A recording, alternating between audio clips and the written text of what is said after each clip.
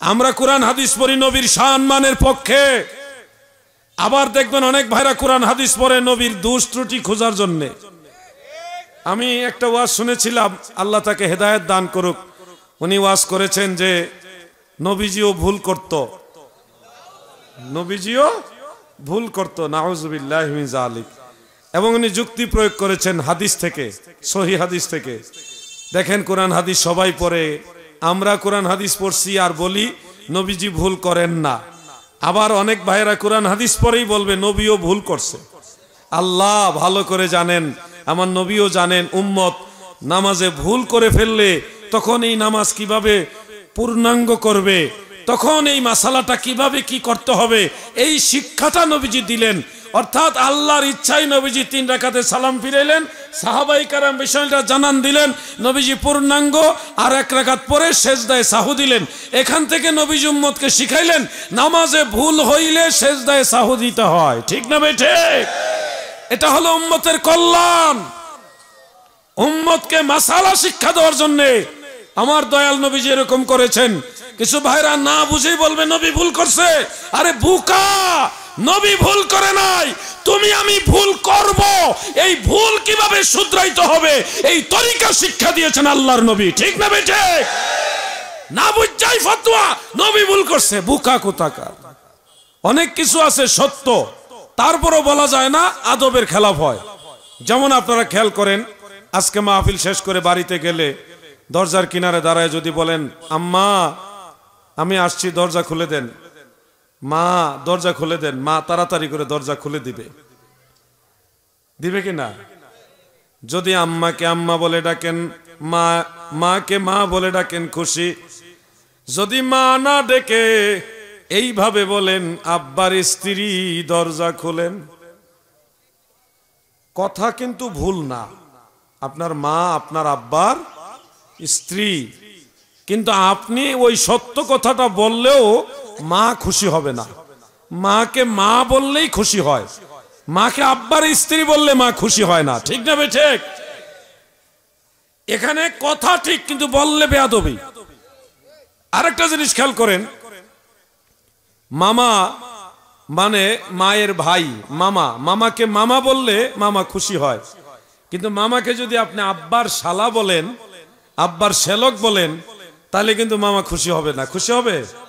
কথা কিন্তু ভুল না, আইনের দৃষ্টিতে আপনার মামা আপনার আব্বার শ্যালক, কথা ঠিক, কিন্তু বললে বেয়াদবি, আপনি বললে বেয়াদবি। আমি এটাই বোঝাতে চাচ্ছি, অনেক বিষয় আছে এমনি ঠিক আছে, কিন্তু এটা বলাটা, বারবার বলাটা, এটা আদবের মধ্যে পড়ে না। নবী বাশার, নবী মানুষ, তিনি বেমেসাল বেনজির মানুষ, কিন্তু আমি আপনি যদি বারবার বলি নবী মানুষ, তিনি আমাদের মতো মানুষ, এই ধরনের কথাটা, ওই যে মাকে মা বললে মা খুশি, মাকে আব্বার স্ত্রী বললে মা খুশি না। নবীকে নবীর নজরে দেখলে নবী খুশি, নবীকে তোমার আমার মতো মানুষের মতো দেখলে নবী খুশি না। ঠিক না ভাই? ঠিক। আল্লাহর নবীকে আল্লাহর নবীর নজরে দেখো। আমার দয়াল নবী কমলে ওয়ালা উম্মতের কান্ডারি, দয়াল নবী কমলে ওয়ালা। আসসালামু আলাইকুম ওয়া রাহমাতুল্লাহি ওয়া বারাকাতুহু।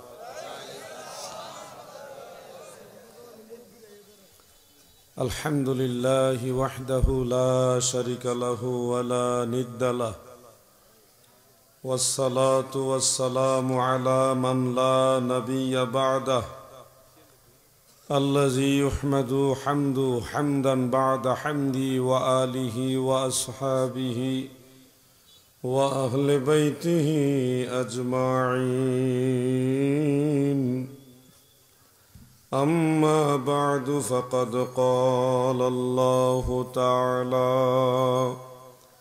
إن الله وملائكته يصلون على النبي يا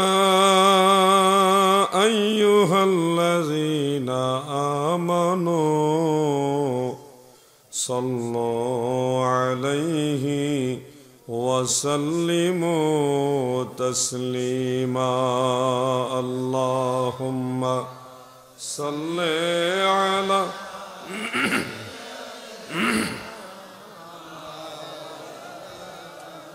محمد وعلى آل سيدنا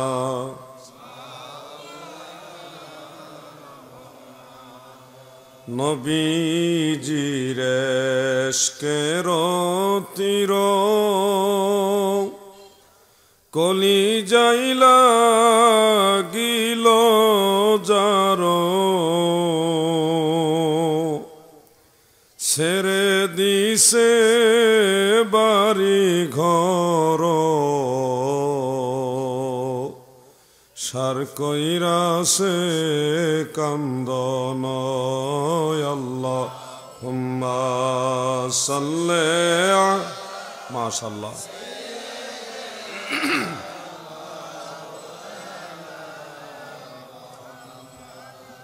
وعلى آل سيدنا مولانا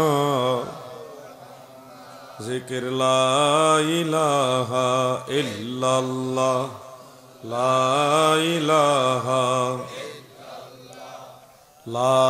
إله إلا الله محبت لا إله لا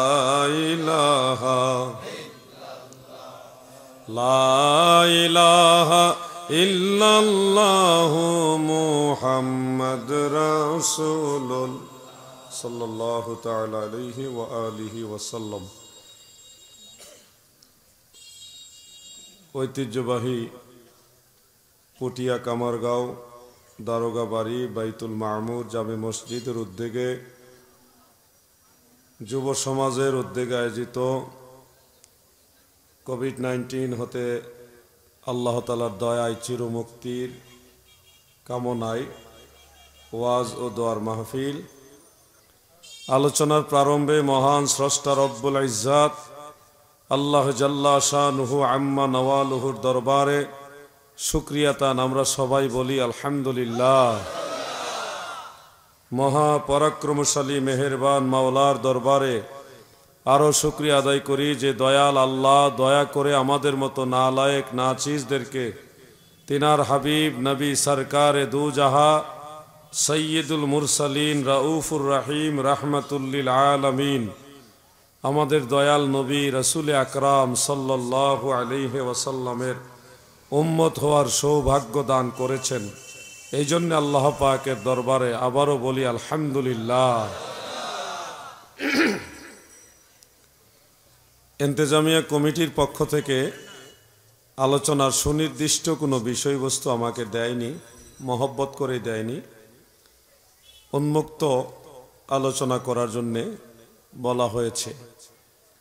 সেই সুবাদে পবিত্র কোরআন, সুন্নাহ, ইজমা, কিয়াস শরীয়তের 4 দলিলের আলোকে শানে রিসালত এবং শানে বেলায়াত এই দুইটা বিষয়কে সামনে রেখে কিছু কথা বলার নিয়ত রাখলাম ইনশাআল্লাহ। প্রথমেই আপনাদেরকে একটা কথা স্মরণ করাবো। মহান আল্লাহ তাআলা ইরশাদ করেছেন বিসমিল্লাহির রহমানির রহিম ইন্নাল্লাযীনা আমানু ওয়া আমিলুস সালিহাতি লাহুম জান্নাতুন তাজরি মিন তাহতিহাল আনহার। নিশ্চয়ই যারা ঈমান আনে এবং নেক আমল করে তাদের জন্য রয়েছে জান্নাত যার নিচে ঝর্ণা দ্বারা প্রবাহিত। আয়াতে কারিমায় দুইটা বিষয়ের গুরুত্ব আল্লাহ তাআলা দিয়েছেন। প্রথম ঈমান, সাথে আমল, নেক আমল। একজন মুমিন জান্নাতে যাওয়ার জন্য দুইটা গুণ অবশ্যই তার হাসিল করতেই হবে, ঈমান এবং নেক আমল। আর যদি ঈমান আমলের ক্ষেত্রে আমরা দুর্বল হয়ে যাই তাহলে আমাদের ইহকাল পরকাল সবটাই আমাদের বৃথা হয়ে যাবে। ওয়াল আসর ইন্নাল ইনসানা লাফি খুসর। আসরের কসম করে আল্লাহ তাআলা বলতেছেন নিশ্চয় মানুষ ক্ষতিগ্রস্তের মধ্যে রয়েছে, মানুষ ক্ষতিগ্রস্তের অবস্থার মধ্যে রয়েছে। তবে ইল্লাল্লাযীনা আমানু ওয়া আমিলুস সালিহাত, যারা ঈমান আনে নেক আমল করে, ওয়া তাওয়াসাউ বিল হক ওয়া তাওয়াসাউ বিস সাবর, হকের উপরে থাকে, ধৈর্য ধারণ করে। হক এবং ধৈর্য নিয়ে যারা ঈমানের সাথে নেক আমল করে তারা ক্ষতিগ্রস্ত হবে না, তারা হবে আল্লাহর জান্নাতের বাসিন্দা। এই পয়েন্টগুলি মনে রাখবেন। একজন মুমিনের সবচেয়ে বড় সম্পদ হলো ঈমান, আর ঈমান নবী দুজাহান। ঈমানের মূল নবী মুহাম্মাদুর রাসূল সাল্লাল্লাহু আলাইহি ওয়াসাল্লাম। আল্লাহর রসুলের সাথে বেয়াদবি করে আপনি কখনো মুমিন হতে পারবেন না।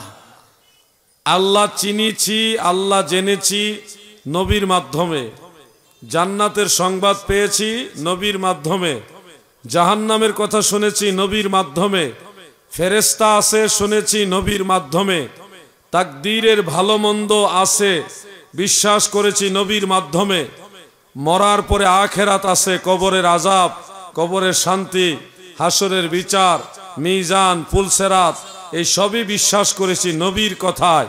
অর্থাৎ ঈমানের সব কিছুর মূল আমার দয়াল নবী মুহাম্মাদুর রাসূল সাল্লাল্লাহু আলাইহি ওয়াসাল্লাম। কোনো অবস্থায় আল্লাহ রসুলের সাথে বেয়াদবি মূলক কোনো আচরণ করা যাবে না। এই কথাগুলি মনে রাখবেন। আমার পীর কেবলাজান হুজুর মাঝে মধ্যে একটা ছন্দ গাইতেন, ঈমান ও মুহাব্বত আমার নবী মুস্তাফার গো, খাকে গলি মদিনার শতত বিছানা মোর, বালাখানা হইল মোর গলি মদিনার গো। মদিনার গলি রাস্তা এগুলি যে ধুলাবালি, এটা আমার কাছে বাদশাহী বিছানা। সুবহানাল্লাহ। বালাখানা হইল মোর গলি মদিনার গো। আল্লাহ রসুলের প্রতি যার যত মহব্বত বেশি তার ঈমান তত বেশি। যার অন্তরে রসুলে পাকের মহব্বত নাই তার ঈমান বলতে কোনো জিনিস নাই, ঈমান নাই, সে সারাসার বেঈমান। মনে রাখবেন দাদু, কোরআন বুঝবেন নবীর মাধ্যমে, নিজে নিজে পণ্ডিত হয়ে কোরআন বুঝলে হবে না। হাদিস বুঝবেন সাহাবীরা যেভাবে বুঝেছেন, নবীজি যেভাবে বুঝাতে চেয়েছেন, পূর্বসূরি উম্মত যেভাবে বুঝেছেন, ওইভাবে নিজে নিজে পণ্ডিত হয়ে বুঝতে গেলেই ফিতনা তৈরি হবে। কোরআন আমার আপনার চাইতে আল্লাহর রসুল কম বুঝতো না বেশি বুঝতো? কোনো তুলনাই হবে না। অতএব আপনি কোনো আয়াত দিয়ে রসুলে পাককে বিচার করতে যাবেন না। কোরআনের প্রতিটা আয়াত সঠিক তফসির ব্যাখ্যা আল্লাহ রসুলের কাছ থেকে জানার চেষ্টা করবেন, রসুলের পরে সাহাবীদের কাছ থেকে জানার চেষ্টা করবেন। তাহলে আহলে সুন্নাত ওয়াল জামাতের মূল ধারা থেকে ভিন্ন দিকে ডাইভার্ট হবেন না। আর যদি ইমামদেরকে বাদ দিয়ে, আল্লাহ রসুল সাহাবাই কারামের মতামতকে বাদ দিয়ে নিজে নিজে পাণ্ডিত্য দেখান, তখনই উম্মতের মধ্যে ফিতনা তৈরি হবে, অশান্তি তৈরি হবে। ইসলামে অনেকগুলি দল আগেও ছিল, এখনো আছে, ভবিষ্যতেও থাকবে। এটা চিরাচরিত নিয়ম। বাংলাদেশ ছোট্ট একটা দেশ, এর মাঝেই এক দেশের নাগরিক হয়ে কতগুলি রাজনৈতিক দল। এটা যেমন স্বাভাবিক, মুসলমানদের মাঝে এরকম দল থাকা এটা স্বাভাবিক, সারা পৃথিবীতে এরকম দলাদলি আছে। তবে ইসলামের এই গ্রুপিংগুলি যেমন খারেজি, শিয়া, মুতাজিলা, হারুরিয়া, জাহমিয়া, মুজাসসিমা, এরপরে আরো আছে অনেকগুলি, মুসাব্বিয়া, আরো অনেকগুলি ফেরকায়ে বাতিলা আছে। আর একটা আছে কাদারিয়া, কাদরিয়া না কাদারিয়া। এই সমস্ত বাতিল ফেরকাগুলি যুগে যুগে কিছু বিপদগামী মানুষের কারণে তৈরি হয়েছে। কিন্তু সেই রাসূলে পাকের জমানা থেকে এখন পর্যন্ত একটা দলই হকের উপরে ছিল, আছে। সেই দলের নাম আহলে সুন্নাত ওয়াল জামাত। যেই দলের মধ্যে পৃথিবীর সমস্ত আউলিয়া কেরাম ছিল, পৃথিবীর সমস্ত ইমামগণ সেই আহলে সুন্নাতের অনুসারী। হযরতে খাজা গরিব নওয়াজ মঈনুদ্দিন চিশতি, হযরতে বড় পীর আব্দুল কাদের জিলানী বাগদাদি, খাজা বাহাউদ্দিন নকশবন্দ আল বুখারী, ইমাম রব্বানী হযরতে মুজাদ্দিদ আল ফেসানি, হযরতে বাবা শাহজালাল ইয়ামানি, সমস্ত আল্লাহর ওলিরা আহলে সুন্নাত ওয়াল জামাতের লোক ছিল। অতএব আমরা ভিন্ন ভিন্ন দাওয়াত আসবে, বিভিন্ন দিকে আহ্বান আসবে, আমরা ওদিকে না তাকিয়ে সমস্ত আল্লাহর ওলিরা যেই পথে ছিল আমরা সেই পথে অর্থাৎ সুন্নি জামাতে থাকব। ঠিক আছে? তাহলে আর ফিতনা তৈরি হবে। দাদু ভাই আমার, উদাহরণ দেওয়ার জন্য আমি একটা আয়াত তেলাওয়াত করি। অনেক ভাইরা অনেক ভাবেই বুঝাবেন।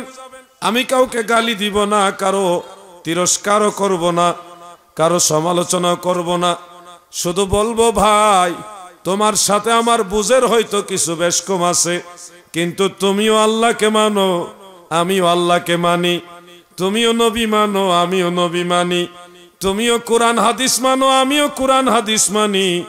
বুঝের মধ্যে যদি তোমার বেশ কম থাকে মিলায় নাও, আমার বেশ কম থাকলে আমি মিলায় নিব।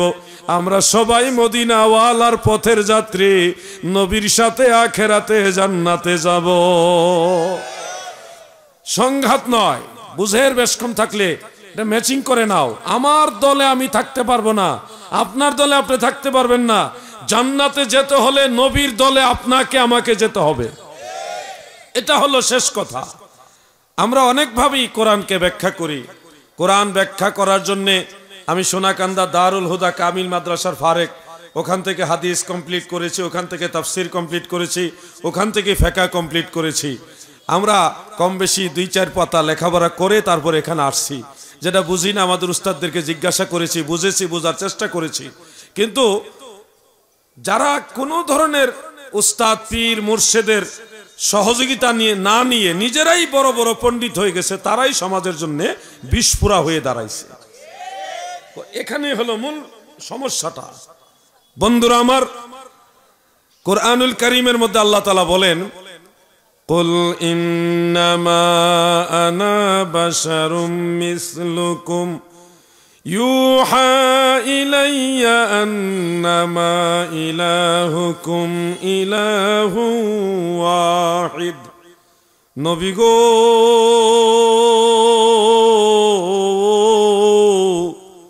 আপনি বলুন আমি তোমাদের মতোই মানুষ, আমার কাছে ওহী তথা প্রত্যাদেশ হয়, তোমাদের প্রভু একক আল্লাহ।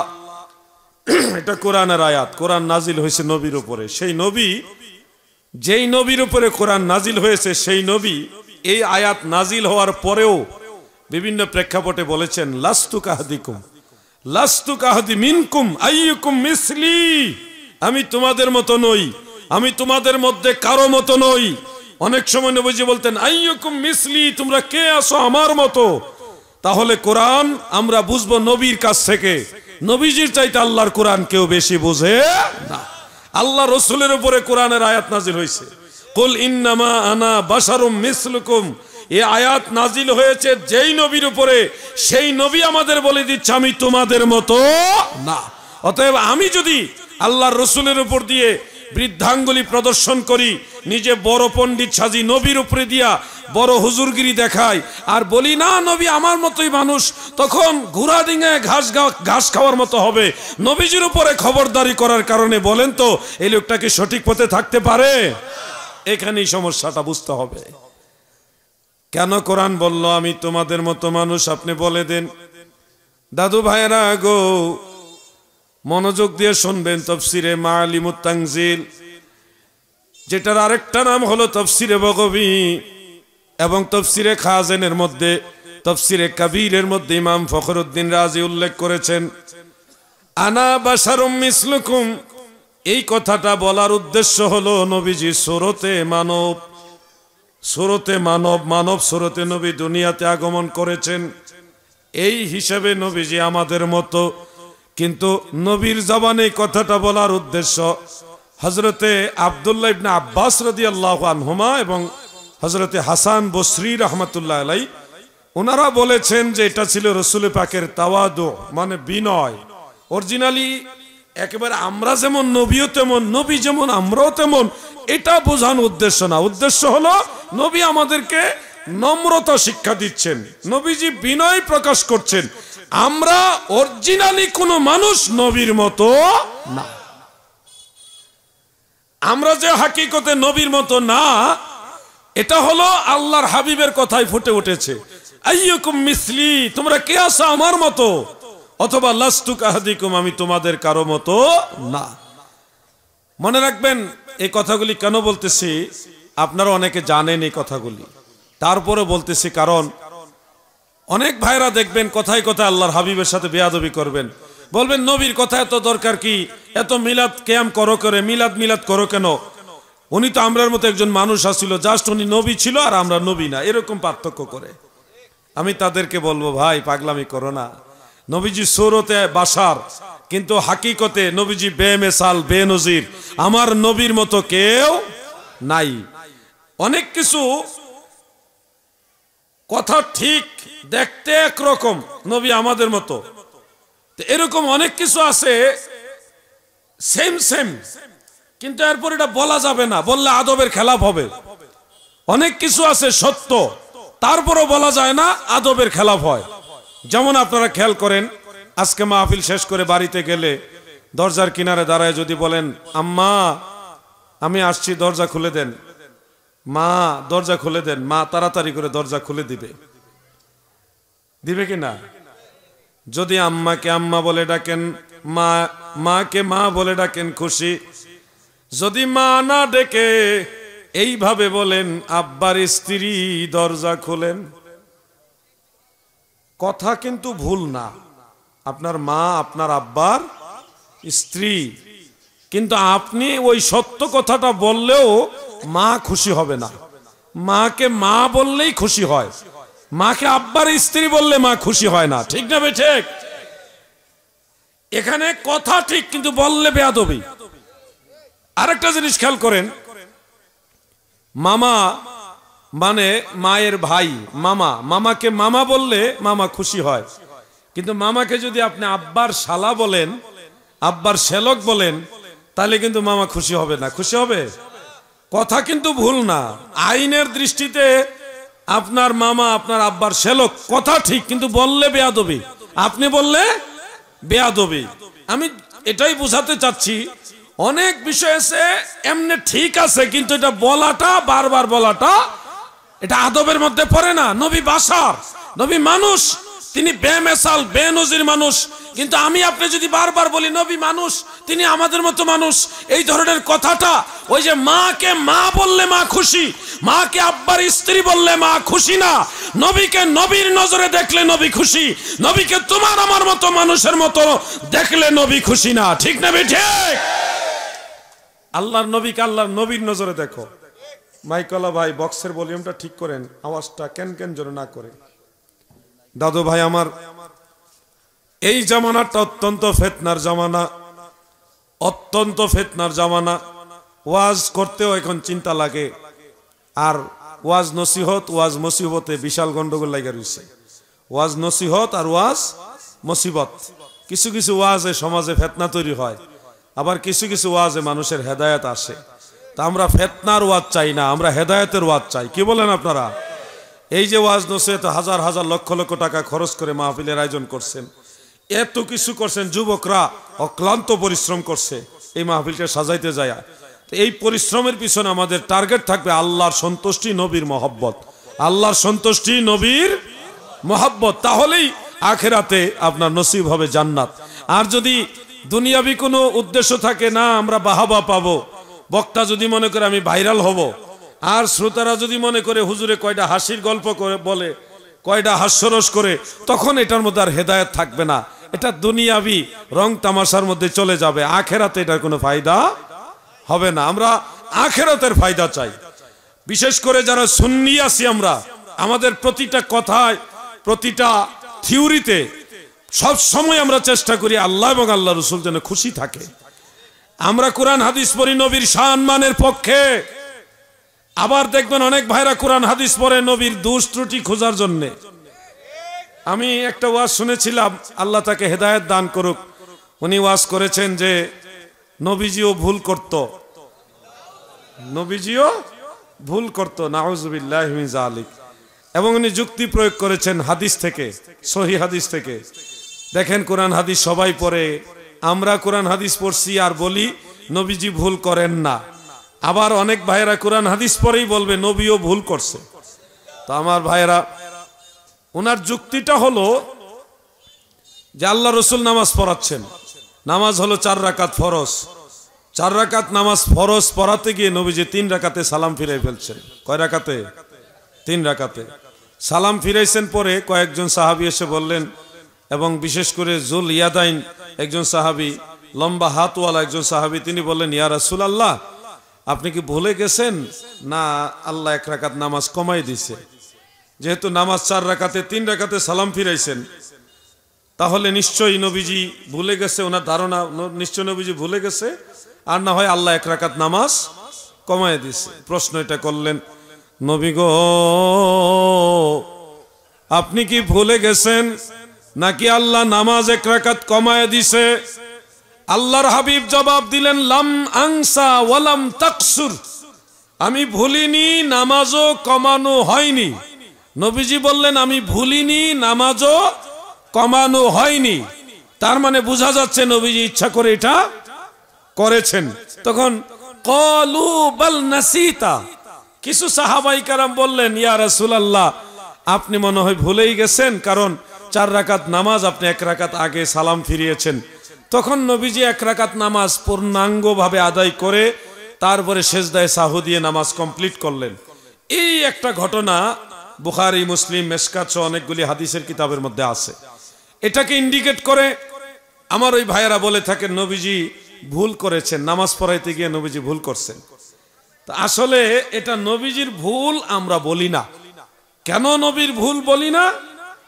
4 রাকাতে নামাজ 3 রাকাতে সালাম ফিরাইলেন, তারপরও নবীর ভুল বলি না কেন? এর হাকিকত আছে। আল্লাহ নিজে বলেছেন, সানুকরিউকা ফালা তানসা ইল্লা মা শা আল্লাহ। আমার দয়াল নবীজি সম্পর্কে আমার আল্লাহ বলেন, ফালা তানসা ইল্লা মা শা আল্লাহ, ভুলে যান না, তবে আল্লাহ যা চান তা ব্যতীত নবী নিজের থেকে ভুলে যায় না গো। যেটা মনে হয় ভুল, এটা নবীর ভুল না, এটা আমার আল্লাহর ইচ্ছা। সুবহানাল্লাহ। তাহলে 4 রাকাত নামাজে 3 রাকাতে সালাম ফিরানো এটা নবীর ভুল নয়, এটা আমার আল্লাহর ইচ্ছা। আল্লাহ যদি ইচ্ছা করে, আল্লাহর ইচ্ছা নবী বাস্তবায়ন করলে এটা নবীর দোষ ধরা যাবে? বলেন না, ধরা যাবে? ধরা যাবে না। প্রশ্ন হতে পারে যে আল্লাহ তাআলা কেনই বা এরকম ইচ্ছা করলেন? প্রশ্নের উত্তরটা খুব সহজ। আল্লাহ ভালো করে জানেন, আমার নবীও জানেন, উম্মত নামাজে ভুল করে ফেললে তখন এই নামাজ কিভাবে পূর্ণাঙ্গ করবে, তখন এই মাসালাটা কিভাবে কি করতে হবে, এই শিক্ষাটা নবীজি দিলেন। অর্থাৎ আল্লাহর ইচ্ছাই নবীজি 3 রাকাতে সালাম ফিরাইলেন, সাহাবাই কেরাম বিষয়টা জানান দিলেন, নবীজি পূর্ণাঙ্গ আর 1 রাকাত পরে সেজদায় সাহু দিলেন। এখান থেকে নবীজি উম্মতকে শিখাইলেন নামাজে ভুল হইলে সেজদায় সাহু দিতে হয়। ঠিক না বেঠে? এটা হলো উম্মতের কল্যাণ। উম্মতকে মাসালা শিক্ষা দেওয়ার জন্য আমার দয়াল নবীজি এরকম করেছেন। কিছু ভাইরা না বুঝেই বলবে নবী ভুল করছে। আরে বোকা, নবী ভুল করে নাই, তুমি আমি ভুল করব, এই ভুল কিভাবে শুধরাইতে হবে এই তরিকা শিক্ষা দিয়েছেন আল্লাহর নবী। ঠিক না বেঠে? না বুঝাই ফতোয়া, নবী ভুল করছে, বোকা কোথাকার। বন্ধুরা আমার, কথা বুঝতে কষ্ট হইতেছে আপনারা? এজন্য নবীজির ব্যাপারে সবচেয়ে ভালো ধারণা রাখতে হবে। আল্লাহর হাবিবের ব্যাপারে যদি আপনার খারাপ ধারণা থাকে, তাহলে আপনার ইমানের মধ্যে ভেজাল। ইমান, আল্লাহকে আমি দেখিনি, আমি আমার দয়াল নবীর কথা আল্লাহকে বিশ্বাস করি। আল্লাহকে দেখছেন আপনারা কেউ? চর্মচক্ষু দ্বারা আল্লাহকে দেখা সম্ভব না। আল্লাহর ওলি যারা, তারা কালবের চোখ দিয়ে আল্লাহকে দেখে, অন্তর্চক্ষু দ্বারা। ডাইরেক্ট চর্মচক্ষু দ্বারা আল্লাহকে দেখা সম্ভব না। দাদু ভাই আমার, মনোযোগ দিয়ে কথাগুলি শুনবেন। আরেকদিন নবীজি এক কাফেলা নিয়ে কোথাও যাচ্ছেন। কাফেলা নিয়ে দয়াল নবী যাচ্ছে গো। পথিমধ্যে আম্মা জান আয়েশা সিদ্দিকা রাদিয়াল্লাহু তাআলা আনহার গলার হার হারায় গেছে। গলার হার যখন হারায় গেছে, কাফেলা স্থগিত করা হলো। স্টপড, সবাই দাঁড়ায় গেল।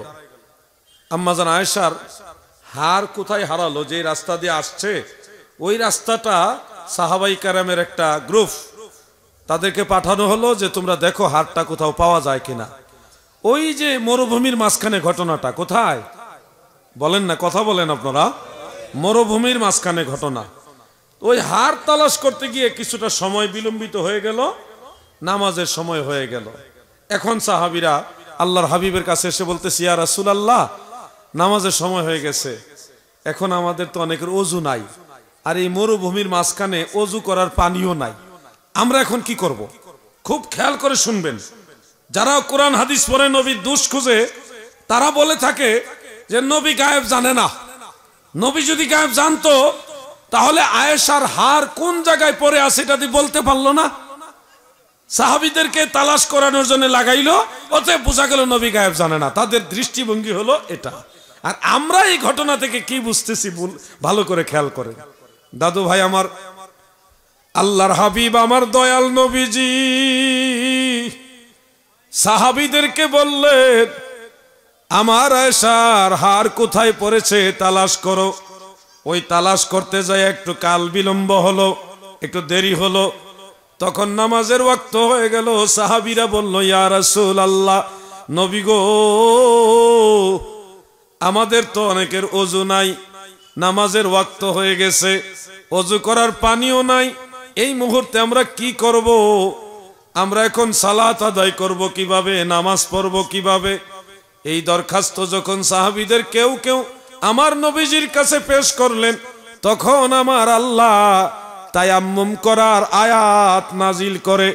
আমার আল্লাহ বান্দাদেরকে শিক্ষা দিলেন, নবীজি উম্মতকে শিক্ষা দিলেন, কোথাও যদি ওযুর পানি না থাকে তোমরা মাটিতে তায়াম্মুম করো, তারপরে নামাজ আদায় করো। বাতিল যারা, যাদেরকে আমরা ওয়াহাবি খারিজি বলি, তারা বলে হার কোথায় পড়ে আছে নবী যেহেতু বলতে পারে নাই, সেহেতু নবী গায়েব জানে না। তাদের দৃষ্টিভঙ্গি হলো এটা। আর আমাদের দৃষ্টিভঙ্গি হলো হার কোথায় আছে আমার আল্লাহও জানে, আল্লাহর দেওয়া জ্ঞানে আমার নবীও জানে। কিন্তু হার তালাশ করতে যায় একটু দেরি হইছে, দেরি হওয়াতে ওযু করার প্রয়োজন হইছে। ওযু করার পানি না থাকলে তায়াম্মুম করেও নামাজ পড়া যায়, এই শিক্ষা দেওয়ার জন্যে ওই কাফেলা আমার আল্লাহ এইভাবে দেরি করাইছে। বলেন সুবহানাল্লাহ। ওখানে যদি দেরি না হইতো তাহলে তো আর তায়াম্মুমের দরকার হয় না। আর তায়াম্মুম, ওযু করার পানি না থাকলে যে তায়াম্মুম করা যায় ওটাও তো আমরা জানতে পারতাম না, ঠিক না বে ঠিক? এজন্য আমাদের দৃষ্টিভঙ্গি হার কোন জায়গা আছে এটা আল্লাহও জানে, আল্লাহর দেওয়া ক্ষমতায় নবীও জানে। কিন্তু ওই হার তালাশ করা উদ্দেশ্য না, উদ্দেশ্য হলো একটু দেরি হোক, এই মরুভূমির মাঝখানে আমার উম্মতদেরকে তায়াম্মুমের মাসালাটা আমি শিক্ষা দিয়ে দিই। দৃষ্টিভঙ্গি, তারাও কিন্তু এই হাদিস পড়ছে, তারা একই হাদিস, এই হাদিস পড়া তারা বলতেছে নবী গায়েব জানে না, আর আমরা বলতেছি এটা তায়াম্মুম শিক্ষা দেওয়ার জন্য এই ঘটনা। আমার আল্লাহও তো বলে দেয় নাই হার কোন জায়গা আছে, আল্লাহ বলে দিছেনি? আল্লাহ কিন্তু বলে নাই। আল্লাহ তো ইচ্ছা করলে আয়াত নাজিল করে বলে দিতে পারতো, জিবরিলকে পাঠায় বলে দিতে পারতো, কিন্তু বলে নাই। তা আল্লাহ যেহেতু বলে দেয় নাই, সেহেতু আমরা কি বলতে পারবো যে আল্লাহও জানে না হার কোন জায়গায় আছে? নাউজুবিল্লাহ, এটা কি বলতে পারবো? আল্লাহ তো যাই নাও বলে নাই। তা আল্লাহ যদি জেনে না বলতে পারে, কোনো আইব না হয়, ত্রুটি না হয়, দোষ না হয়, আমার নবী আল্লাহ প্রদত্ত ক্ষমতায় জেনে বলে নাই উম্মতের কল্যাণের জন্য, ঠিক না বে ঠিক? মাসালা বুঝতে হবে। কোরআন হাদিস খালি পড়লে হবে না, এগুলি বুঝে পড়তে হবে। আর যাকাত ফিতরা কালেকশন করতে করতে সারা বছর গেছে গা। এবারে লেখাপড়া করছে কোন সময়, তাও আবার 6 বছরে মুফতি। এই বেটা কোরআন হাদিস এত বুঝবো কইতিকা? আমরা মুফতি হইতে ওই যে সোনাগান্ধা মাদ্রাসা যান না, দাখিল পাস করতে লাগছে 10 বছর। কয় বছর? 10 বছর। আলিম পাস করতে লাগছে 2 বছর। কত বছর হইলো? এরপরে ফাজিল লাগছে 3 বছর। কত হইলো বলেন না, কত? এরপরে কামিল পাস করতে হাদিস নিয়ে লাগছে 2 বছর। কত হইলো? এরপরে আরো 2 বছর লাগছে ফিকহ তাফসীর, 3 বছর লাগছে আরো টোটাল। তো কত হইলো? 3 যোগ করলে এই 20 বছর লাগছে আমরা মুফতি হইতে, আর এরা 6 বছরে মুফতি। তো 6 বছরে মুফতি যেইভাবে হাদিস বুঝে, 20 বছরে মুফতি যেভাবে হাদিস বুঝে, 6 বছরে মুফতিকে কেমনে বুঝবো? আবার এই 6 বছরের মধ্যে তারা যাকাত, ফিতরা আর খয়রাত করতে করতে তাদের বড় সময় চলে যায়।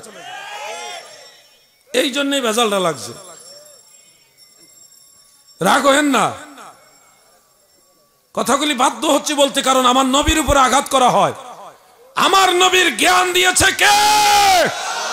আর রহমান আল্লামাল কুরআন। আমার আল্লাহ রহমান, দয়াময়, মহাপরাক্রমশালী আল্লাহ। 30 পারা কোরআন তথা যত জ্ঞান আমার আল্লাহ দরকার মনে করছে, সমস্ত জ্ঞান আল্লাহ নিজে আমার নবীরে শিখাইছে। নবীর শিক্ষক কে? আদের বেটারি মোল্লা হেকু নবী এটা জানে না, এটা জানে না। কস কি তুই? আমার নবীজি যুদ্ধের ময়দানে জিহাদ করতেছেন, খেয়াল করে শুনবেন। জিহাদ করতেছেন, জিহাদ চলছে। সকাল বেলায় জিহাদ শুরু হয়েছে, একেবারে সন্ধ্যা পর্যন্ত জিহাদ। খুব খেয়াল করে কথাগুলি শুনবেন। জোহর, আসর, মাগরিব, এশা 4 ওয়াক্ত নামাজ গেল গা, একটা নাই যুদ্ধের কারণে কাজা। নবীজি এবং সাহাবাই কারাম সবার একসাথে 4 ওয়াক্ত নামাজ কাজা হয়ে গেছে। জোহর, আসর, মাগরিব, এশা। কারণ কাফেরদের সাথে মুসলমানদের যুদ্ধ চলতেছে।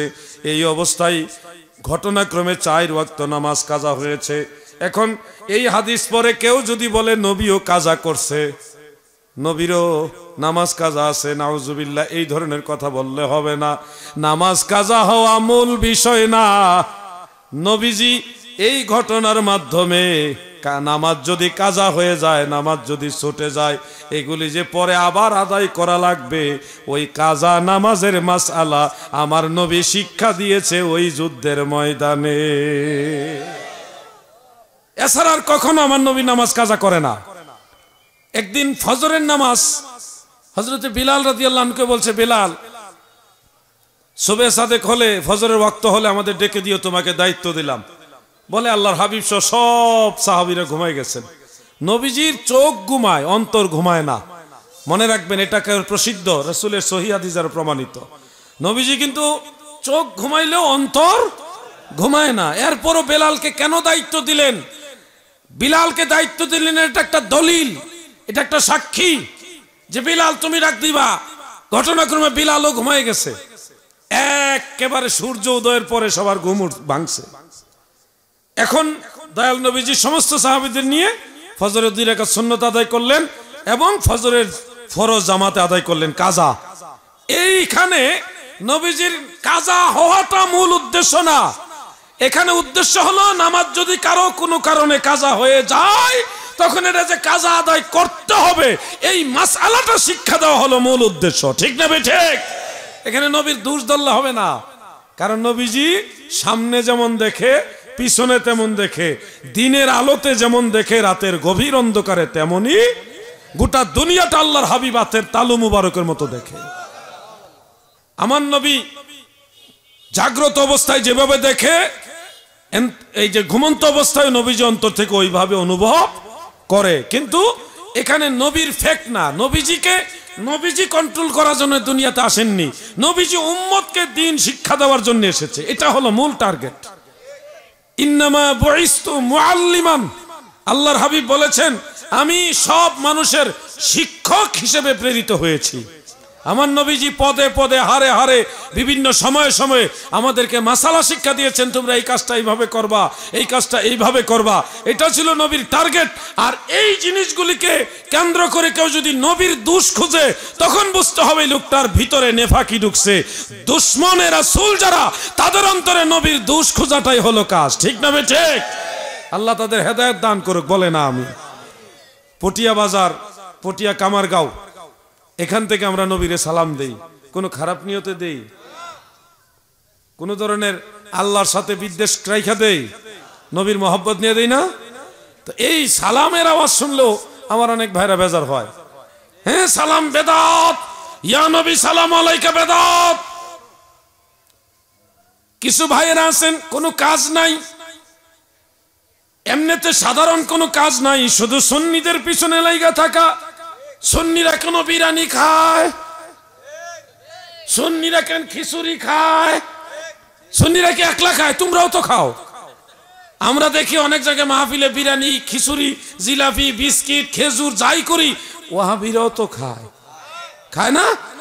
দেখছি আমি বহু জায়গায় টুপিটা খুললে চুপচাপ বসে বসে লাইন ধরে খেয়ে যায়, বহু জায়গায় দেখছি আমি। আমরা খাইলেও দোষ, খাওয়াইলেও দোষ। আর এরা সারা বছর খাওয়ায় না, পরের বাড়ি নিজেরা ঠিকই খায়। এরপরও আল্লাহ তাদের বোঝার মতো জ্ঞান দান করুক, মহব্বতে বলেন আমিন। বন্ধুরা আমার, দিলের কান লাগে শুনবেন, আল্লাহর হাবিবের প্রতি সর্বোচ্চ মহব্বত রেখে আমাদের চলতে হবে। বুখারী শরীফের মধ্যে উল্লেখ, আমার দয়াল নবীজি যখন থুতু মুবারক ফেলতেন, সাহাবাই কারাম গাছের পাতার মতো এইভাবে হাতগুলি বিছায় দিতেন। যার হাতের মধ্যে নবীজির থুতু মুবারক যে পড়ত, সেই ব্যক্তি বড় নিজেকে ধন্য মনে করত। ওই থুতু মুবারক মাথায়, মুখে, বুকে মালিশ করত বরকতের জন্যে। রসুলের প্রতি তাজিম তাকরিম যেইভাবে রাখার দরকার সাহাবীরা ওইভাবেই রেখেছেন। আশ্চর্য হলো, মুজামুল কবির লিত্তাবারানির মধ্যে উল্লেখ, রাতের বেলায় নবীজির দাসী উম্মে আইমান রাদিয়াল্লাহু তাআলা আনহা পানির পিপাসার্ত হয়ে ঘরের মধ্যে পানি তালাশ করতেছেন। না পেয়ে নবীজির খাট মুবারকের নিচে ছোট্ট একটা পাত্রের মধ্যে কিছু পানির মতো পেল। পানির পিপাসায় তিনি সেটা পান করলেন। সকাল বেলায় বলতেছেন, উম্মে আইমান রে, আমার খাটের নিচে একটা পাত্রের মধ্যে আমি রসুলের প্রস্রাব মুবারক আছে, তুমি এটা দূরে ফেলে দিয়ে আসো। উম্মে আইমান ডাক দিয়ে বলে, নবী গো, আমি তো রাতের বেলা এটা পানি মনে করে পান করে ফেলেছি, আমার বড় পিপাসা লেগেছিল। আল্লাহর হাবিব বলেন, উম্মে আইমান রে, এটা তো আমার প্রস্রাব মুবারক ছিল। উম্মে আইমান বলে, আল্লাহর কসম, ইহার মধ্যে আমি প্রস্রাবের গন্ধ পাই নাই, আমি জান্নাতি মেশক আম্বরের চাইতেও আরো সুন্দর ঘ্রাণ পেয়েছি। সাহাবীরা আমার নবীর প্রতি কত তাজিম রাখত। নবীজি তখন বললেন, উম্মে আইমান, যার পেটে, যেই পেটে আমি রসুলের প্রস্রাব গিয়েছে, সেই পেটে কোনোদিন পীড়া হবে না, রোগ বেমার হবে না। অন্য জায়গায় উল্লেখ, উম্মে আইমান, তোমার জন্য জাহান্নাম হারাম। দাদু, আল্লাহর হাবিবের কপাল মুবারক থেকে রক্ত মুবারক বের হচ্ছিল। ফাতহুল বারি শরহে বুখারীর মধ্যে ইমাম ইবনে হাজার আসকালানি উল্লেখ করেছেন, হযরতে মালিক ইবনে সিনান রাদিয়াল্লাহু আনহুর কপাল থেকে, উনার পাশে এক সাহাবীর কপাল থেকে রক্ত বের হচ্ছে। তো মালিক ইবনে সিনান জিহ্বা দিয়ে চেটে চেটে আল্লাহর হাবিবের কপাল মুবারক থেকে যখন রক্ত মুবারক বের হচ্ছে, মালিক ইবনে সিনান এইভাবে জিহ্বা দিয়ে চেটে চেটে এগুলি পান করতেছে। আশেপাশে কয়েকজন সাহাবী বলতেছে যে, রক্ত খাওয়া তো হারাম, আপনি রক্ত খাবেন না, রক্ত ফেলে দেন, রক্ত খাওয়া হারাম, রক্ত ফেলে দেন। এই কথাগুলি পাশের থেকে কয়েকজন সাহাবী বলতেছে। তো আল্লাহর হাবিবের রক্ত মুবারক পান করা অবস্থায় মালিক ইবনে সিনান বলে, আল্লাহর কসম, আমি মালিক ইবনে সিনানের জীবন থাকতে আল্লাহর রসুলের রক্ত মুবারক এই জমিনে পড়তে দিব না। সুবহানাল্লাহ। তখন নবীজি বলেন, সাহাবীরা রে, তোমরা যদি কেউ জান্নাতি মানুষ দেখতে চাও, তাহলে আমার মালিক ইবনে সিনানের চেহারার দিকে নজর করো। আমি আপনাদের এটাই বোঝাতে চাচ্ছি যে সাহাবাই কেরাম আল্লাহ রসুলকে কতটা গুরুত্ব দিতেন। নবীজির প্রস্রাব মুবারক, নবীজির রক্ত মুবারক পর্যন্ত তারা চেটে চেটে পান করেছে। এটা আল্লাহর হাবিবের প্রতি সাহাবীদের তাজিম ছিল, নবীজির প্রতি তাজিম ছিল। গতবারের আগের বার আমরা উমরাতে গিয়েছিলাম, মদিনা মুনাব্বারায় যাওয়ার সৌভাগ্য হলো। দেখলাম রওজা মুবারকের সামনে আমাদের দাঁড়াইতে দেয় না। কিছু লোক আছে ঘুমটা দিয়া শায়েক, ঘুমটা মৌলবী, ওনাদের দায়িত্ব হলো হাজিদেরকে ডিস্টার্ব করা। যারা হাজি সাহেব যায় তাদেরকে ডিস্টার্ব করা, সরেন সরেন, তাড়াতাড়ি যান, কাবার দিকে ঘুরেন, এইগুলি বললাম হাজিদের ডিস্টার্ব করে। তা আমরা 5-6 জন এক ধরনের গাউরামি করে মুনাজাত করছি। আবার 5-6 জন যে আসি, এরাও শরীর স্বাস্থ্যে তারার সাথে খারাপ না, ঠেলা ধাক্কা লাগিয়ে গেলে আর ছাড়তাম না, এরা বুঝ জ্বালাইছে। তা আমরা 5-6 জন দাঁড়াইয়া দোয়া করছি, এরা চতুর্দিকে দাঁড়াইছে কিন্তু বাধা দেয় নাই। মোনাজাত শেষ হয়েছে পরে আমরা উপরে বিভিন্ন ধরনের প্রশ্ন করা শুরু করছে, এগুলি আমরা উত্তর দিছি। তো রওজা মুবারকে গেলে একটু দোয়া করতে তারা দেয় না, মোনাজাত করতে দেয় না। মদিনা শরীফে ধাক্কায় সরাই দেওয়ার জন্য তারা ব্যস্ত হয়ে যায়।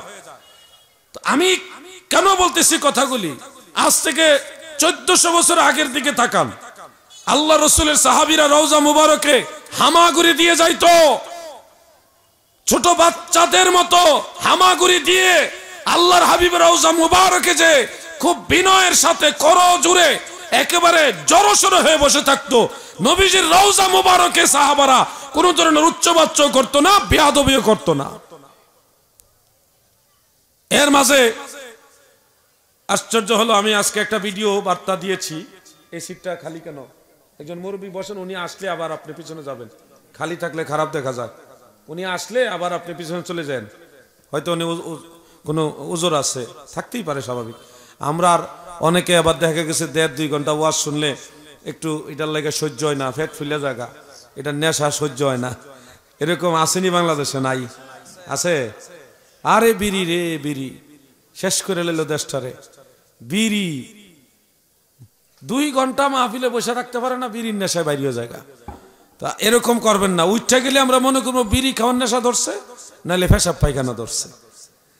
এটা তো একটা অসুবিধা, পেশাব পায়খানা হলে উঠতে যাবেন, বিড়ি খাওয়ার নেশা উঠবেন না, খবরদার। আল্লাহ যেন আমাদেরকে জান্নাতের বাগানে একেবারে আখিরি মোনাজাত পর্যন্ত, আজকের মাহফিলের আখিরি মোনাজাত পর্যন্ত বসার তৌফিক দেন, বলেন আমিন। একটু দরুদ শরীফ পড়ুন, আল্লাহুম্মা সাল্লি আলা মাওলানা মুহাম্মদ ওয়া আলা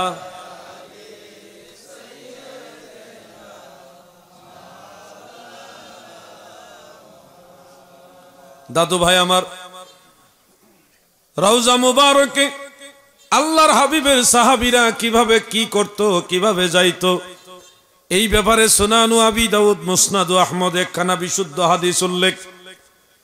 একদিন মসজিদ নববীতে একজন সাহাবী গেলেন, হযরতে আবু আইয়ুব আনসারী রাদিয়াল্লাহু আনহু। উনি রওজা মুবারকের কাছে গিয়ে একেবারে ছোট বাচ্চারা যেভাবে এইভাবে কুজু হয়ে বসে থাকে, ভীত সন্ত্রস্ত হয়ে, হযরতে আবু আইয়ুব আনসারী উনি এইভাবে খুব জড়সড় হয়ে রওজা মুবারকের কাছে বসে আছে, খুব ভীত সন্ত্রস্ত বা আদব বিনয়ের সাথে উনি এখানে নম্রতার সাথে বসে আছে।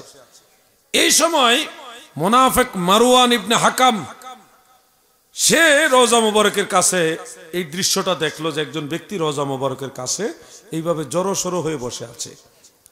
এই দৃশ্য দেখে, রাসূলের রওজা মুবারকে বসে আছে, এই দৃশ্য দেখে মারওয়ান, সেই মুনাফিক মারওয়ান, তার ভিতরে জ্বালা পোড়া শুরু হয়ে গেল। সে দূর থেকে ফতোয়া দেওয়া শুরু করলো, এই তুমি কে, তুমি এখানে এভাবে বসছো কেন, তুমি কি জানো তুমি কি করছো? অর্থাৎ তার দৃষ্টিতে কাজটা খুব অন্যায় করতেছে। রওজা মুবারকের কাছে যে বসে আছে আদবের সাথে, এটা হলো তার কাছে খুব অন্যায়।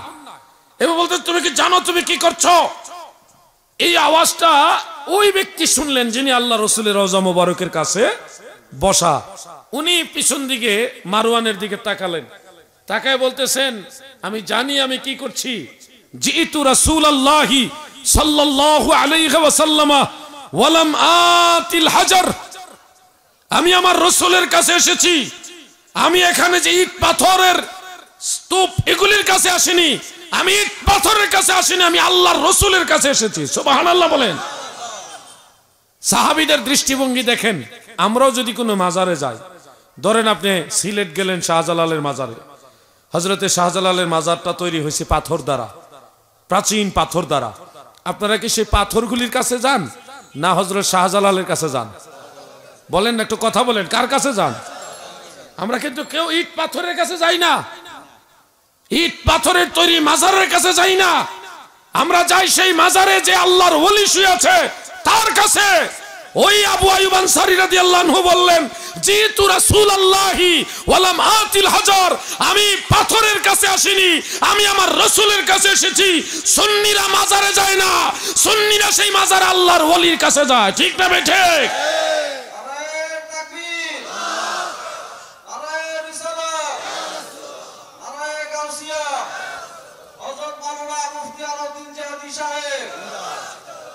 দাদু ভাই গভীরভাবে খেয়াল করবেন, আমরা যারা সুন্নি আমরা কেউ কবরে বা মাজারে পূজা করি না। আপনারা করেননি? কোন মাজারে আপনারা কি পূজা করেন? কিন্তু যদি কেউ আমাদেরকে পূজারি বলে, মাজার পূজারি, তখন কি এটা সত্য বলে না মিথ্যা বলে? মিথ্যা বলে। আমরা কখনো কোনো মাজারে পূজা করি না, মাজারে জিয়ারত করি। সেই মাজার জিয়ারতকে যারা পূজা বলে আখ্যায়িত করে তাদের মধ্যে মিথ্যাচারিতা আছে, তারা হকের উপরে নাই, তারা সুন্নিদের উপরে মিথ্যা তোহমত দেয়। ঠিক না বে ঠিক? দাদু ভাই আমার, মাজারে যাইয়া যদি কেউ সেজদা দেয় আমরা তাদেরকে বারণ করি, বারণ করার চেষ্টা করি, অনেক ভাবে তাদেরকে বুঝায় আল্লাহ ছাড়া কাউকে সেজদা দেওয়া যাবে না। যাবে নাকি? আল্লাহ ছাড়া কাউকে সেজদা দেওয়া যাবে না, সেজদার একমাত্র মালিককে। যুবকরা তোমরা কি দুর্বল হয়ে গেল নাকি? সেজদার একমাত্র মালিককে, আল্লাহ ছাড়া কাউকে সেজদা দেওয়া যাবে? মনে রাখবেন এই কথাগুলি, আল্লাহ ছাড়া কাউকে সেজদা দেওয়া যাবে না। আমরা মাজারে সেজদা দেই না, মাজার জিয়ারত করি, মাজার জিয়ারত করি, আল্লাহর ওলিদের উসিলা ধরি, উসিলা ধরি। নবী রাসূল আউলিয়া کرام শুহাদায়ে کرام তিনাদের ওসিলা ধরা নাজায়েজ নয়। আপনারা জানেন হযরতে আদম আলাইহিস সালাম আমাদের নবীর উসিলা ধরছে, জানা আছেন আপনারা? তিনি আমাদের নবীর উসিলা দিয়ে যখন দোয়া করছে তখন আল্লাহ পাক তিনাকে ক্ষমা করে দিয়েছেন। এটা তো প্রসিদ্ধ ঘটনা। দালাইলুন নবুয়ত লিল বাইহাকির মধ্যে হাদিসটা আছে, আল মুস্তাদরাক আলা সাহিহাইনের মধ্যে আছে, খাসাইসুল কুবরার মধ্যে আছে, তাবারানির মুজামুল আওসাতের মধ্যে হাদিস আছে। হযরত উমর রাদিয়াল্লাহু আনহু বর্ণনা করেছেন, আল্লাহ রাসূল বলেছেন হযরতে আদম এইভাবে দোয়া করেছে, আল্লাহুম্মা ইন্নী আসআলুকা বিহাক্কি মুহাম্মাদিন সাল্লাল্লাহু আলাইহি ওয়াসাল্লাম আন তাগফিরলি ইয়া রাব্বি। আদম নবী আমাদের নবীর ওসিলায় দোয়া করেছে। আশ্চর্য হবেন, আমাদের নবীও অন্য নবীদের ওসিলা দিয়ে দোয়া করেছে। সুবহানাল্লাহ। নবীজির চাচি হযরত আলীর মা ফাতেমা বিনতে আসাদ রাদিয়াল্লাহু তাআলা আনহা, তিনি যখন ইন্তেকাল করলেন, মারা গেলেন, মারা যাওয়ার পরে আমার দয়াল নবীজি তিনার জানাজার নামাজের ইমামতি নিজেই করলেন। জানাজা শেষ করে আমার নবীজি তিনার জন্য দোয়া করতেছেন, আল্লাহুম্মা গফির লি উম্মি ফাতেমা বিনতে আসাদ। আল্লাহ,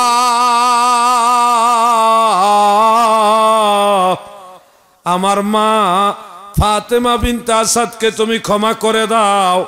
আপনার দরবারে ওসিলা ধরলাম বিহাক্কিন নবিকা, আপনার হক নবীর উসিলাই, নবী নিজের উসিলাই নিজে দোয়া করে, বিহাক্কে নবিকা, আপনার নবীর হক নবীর উসিলাই, ওয়াল আম্বিয়াই আল্লাযীনা মিন ক্বাবলি, আমার আগে যত নবী ছিল সব নবীর উসিলাই আল্লাহ আমার চাচি ফাতেমা বিনতে আসাদকে ক্ষমা করে দাও।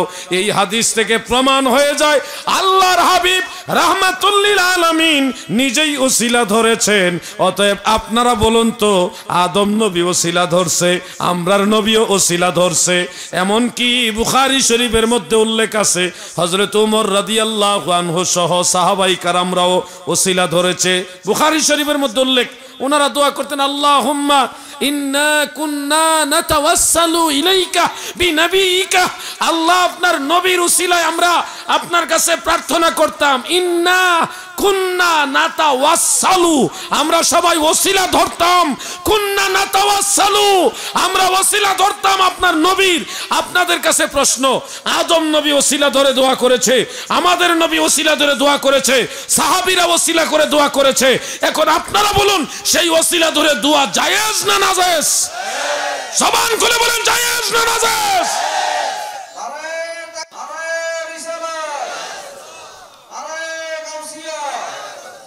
আহলে সুন্নাত ওয়াল জামাত, আহলে সুন্নাত ওয়াল জামাত।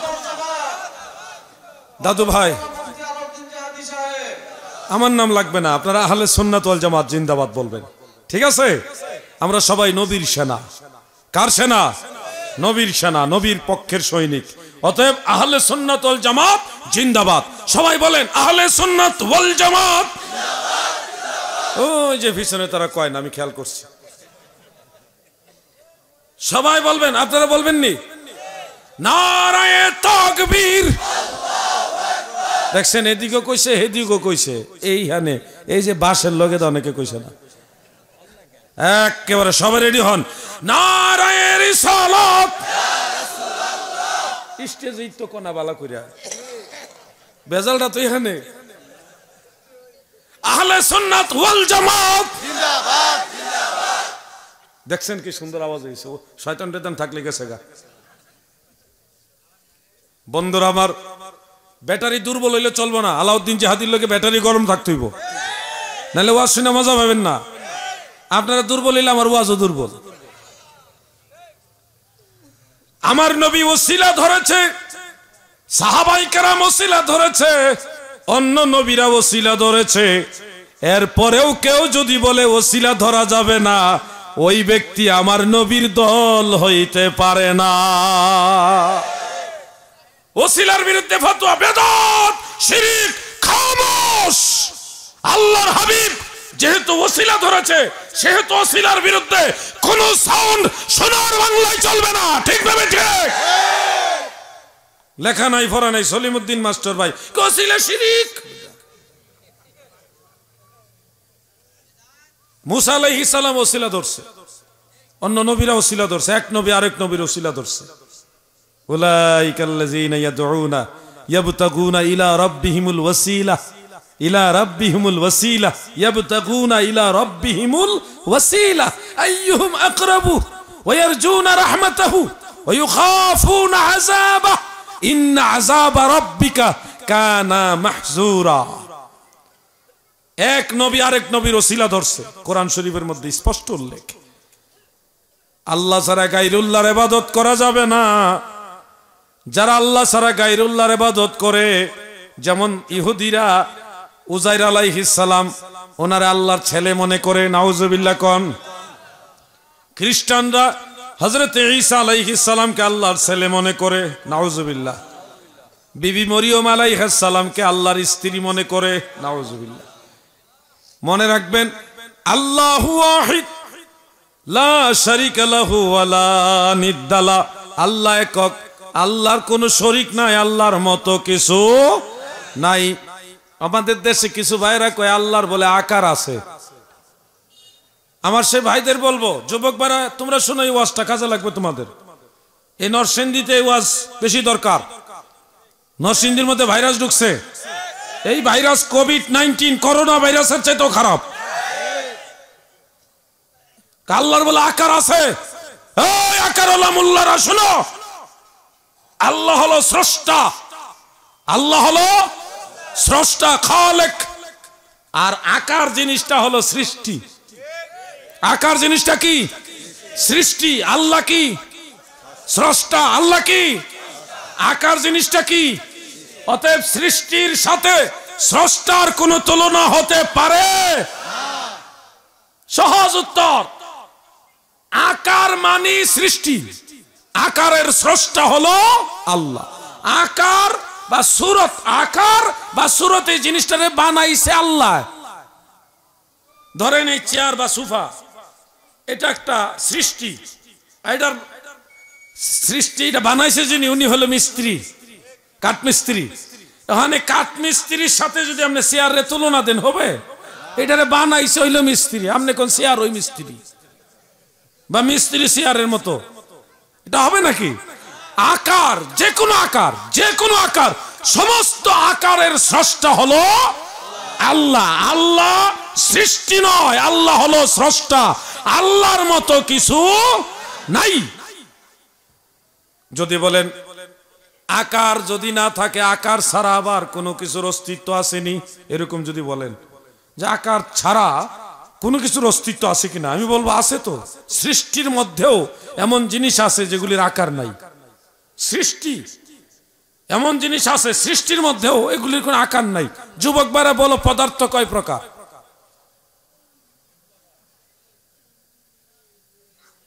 কয় না দেখি, ডরাই লইব, সাহস করে কর। 3 প্রকার। বলেন কয় প্রকার? মাশাআল্লাহ, এই তো সাহস হয়ে গেছে। পদার্থ কয় প্রকার? 1 নম্বর হলো কঠিন পদার্থ। এই যে আমাদের মাস্টার সাহেব আছে, আমাদের সবার উস্তাদ সমতুল্য। 2 নম্বর হলো তরল পদার্থ। 3 নম্বর কি? এই তো মাশাআল্লাহ সবাই পারে, কিন্তু মনে আসিল না। অনেক সময় জানা জিনিসও খেয়াল থাকে না। এই 3টা পদার্থের মাঝে বায়বীয় পদার্থের কোনো আকার নাই, এটার কোনো আকারই নাই, কিন্তু এটা পদার্থ। এটা কি পদার্থ? তরল পদার্থর নির্দিষ্ট কোনো আকার নাই। যখন যেই পাত্রে রাখবেন তখন ওইটার আকার ধারণ করবে।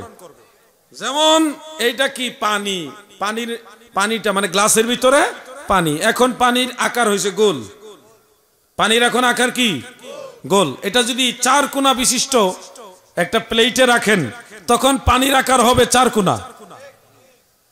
3 কোণা বিশিষ্ট পাত্রের মধ্যে রাখলে পানির আকার হবে 3 কোণা, ত্রিভুজ।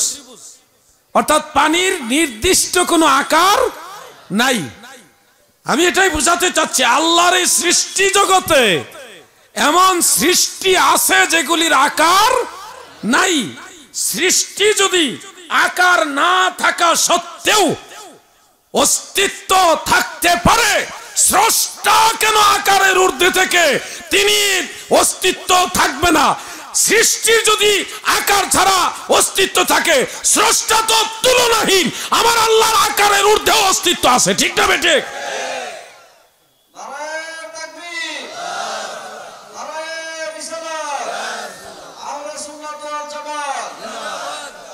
আমার এই কথাগুলি মনোযোগ দিয়ে শুনবেন। নরসিংদীর জন্য এই ওয়াজটা বেশি দরকার। আল্লাহকে আকার বিশিষ্ট বলা যাবে না, বললে এটা আল্লাহর সৃষ্টির সাথে তুলনা হবে। কোরআনের মধ্যে আল্লাহ পরিষ্কার বলেছেন, লাইসা কামিসলিহি শাই, আল্লাহর মতো কিছু নাই। দাদু ভাই আমার, অনেক ভাইয়েরা দলিল দিবে কোরআন শরীফের মধ্যে আল্লাহর হাতের কথা আছে, আল্লাহর পায়ের কথা আছে, আল্লাহর চোখের কথা আছে, আল্লাহর বিভিন্ন অঙ্গের কথা আছে। কোরআনের আয়াত থেকে বোঝা যায় আল্লাহর আকার আছে, এরকম দলিল দিবে। ইয়াদুল্লাহি ফাওকা আইদিহিম, আল্লাহর হাত, এরকম আয়াত কোরআন শরীফে আছে। গভীরভাবে খেয়াল করবেন। কষ্ট হইতাছে নি আপনার? ব্যাটারি চার্জ আছে তো ইনশাআল্লাহ। মুরব্বীরার পাওয়ার বেশি, যুবকরার পাওয়ার কম। যুবকরা পাওয়ার কম নি, মুরব্বীরা দিকে সারা রাত, তোমরা দিকে কথা কো না। সারা রাত তো আমি পারবো না, এটা সম্ভব না। কিন্তু এটা হলো প্রেম। মুরব্বী যেন কইছে সারা রাত, তাহলে তো সারা রাতই করণ লাগে নাকি? তো থাইকা যায়, আর যাওয়ার দরকার কি? দাদু ভাই আমার, গভীর ভাবে খেয়াল করবেন। কোরআনের মধ্যে যেই আয়াতের মধ্যে আল্লাহর হাত পা বিভিন্ন অঙ্গের কথা রয়েছে, এগুলি আল্লাহর জাতের দিকে নিসবত করা যাবে না, এগুলি আল্লাহর সিফতের দিকে নিসবত করতে হবে। অর্থাৎ আল্লাহর হাতের কথা আসলে বলতে হবে আল্লাহর কুদরতের হাত, আল্লাহর পায়ের কথা আসলে বলতে হবে আল্লাহর কুদরতের পা, আল্লাহর নজরের কথা আসলে আল্লাহর রহমতের নজর, আল্লাহর সিফতের দিকে এটা নিসবত করতে হবে, আল্লাহর দিকে নিসবত করা যাবে না। যেমন একটা আয়াত আমি আপনাদের তেলাওয়াত করে শোনাই, কুল্লু মান আলাইহা ফান ওয়া ইয়াবকা ওয়াজহু রাব্বিকা যুল জালালি ওয়াল ইকরাম। সূরা আর রহমানের মধ্যে উল্লেখ রয়েছে সব কিছু ধ্বংস হবে। কুল্লু মান আলাইহা ফান, কুল্লু শাইইন হালিকুন ইল্লা ওয়াজহাহু। আর সূরা রহমানে রয়েছে ওয়ায়াবকা ওয়াজহু রাব্বিকা যুল জালালি ওয়াল ইকরাম। মহা সম্মানিত আল্লাহ পাকের চেহারাই শুধু অবশিষ্ট থাকবে, আর বাকি সব ধ্বংস হয়ে যাবে। যদি আপনি সরল অনুবাদে এইভাবে করেন তাহলে আপনার ঈমানই থাকতো না। আপনি বলেন তো আল্লাহর শুধু চেহারাটা থাকবো, হাত পাও সারা শরীর ধ্বংস হয়ে যাব, এই অর্থ কি নেওয়া যাইব? নাউজুবিল্লাহি মিন যালিক। কুল্লু মান আলাইহা ফান, সমগ্র সৃষ্টি জগৎ ধ্বংস হবে। ওয়ায়াবকা ওয়াজহু রাব্বিকা, তোমার রবের চেহারা থাকবে। এখানে ওয়াজহুন শব্দের অর্থ চেহারা, কিন্তু এই শাব্দিক অর্থ এখানে নেওয়া যাবে না। এই ওয়াজহুনের অর্থ নিতে হবে আল্লাহর জাত, অর্থাৎ শুধু আল্লাহই থাকবে আর বাকি সব ধ্বংস হয়ে যাবে। এখানে ওয়াজহুনের অর্থ নিতে হবে আল্লাহ। ওয়াজহুনের অর্থ নিতে হবে কি? আল্লাহ। সব জায়গায় সরল অনুবাদ করলে বাবাজি ঈমানও যাইব, আমলও যাইব। কোরআন বোঝার জন্য এই জন্যই 17টা সাবজেক্ট লাগে, ন্যূনতম 10, 5, 15 আর 2 17টা সাবজেক্ট যদি আপনার জানা থাকে তাহলে কোরআনের তাফসীর করতে আপনি পারবেন।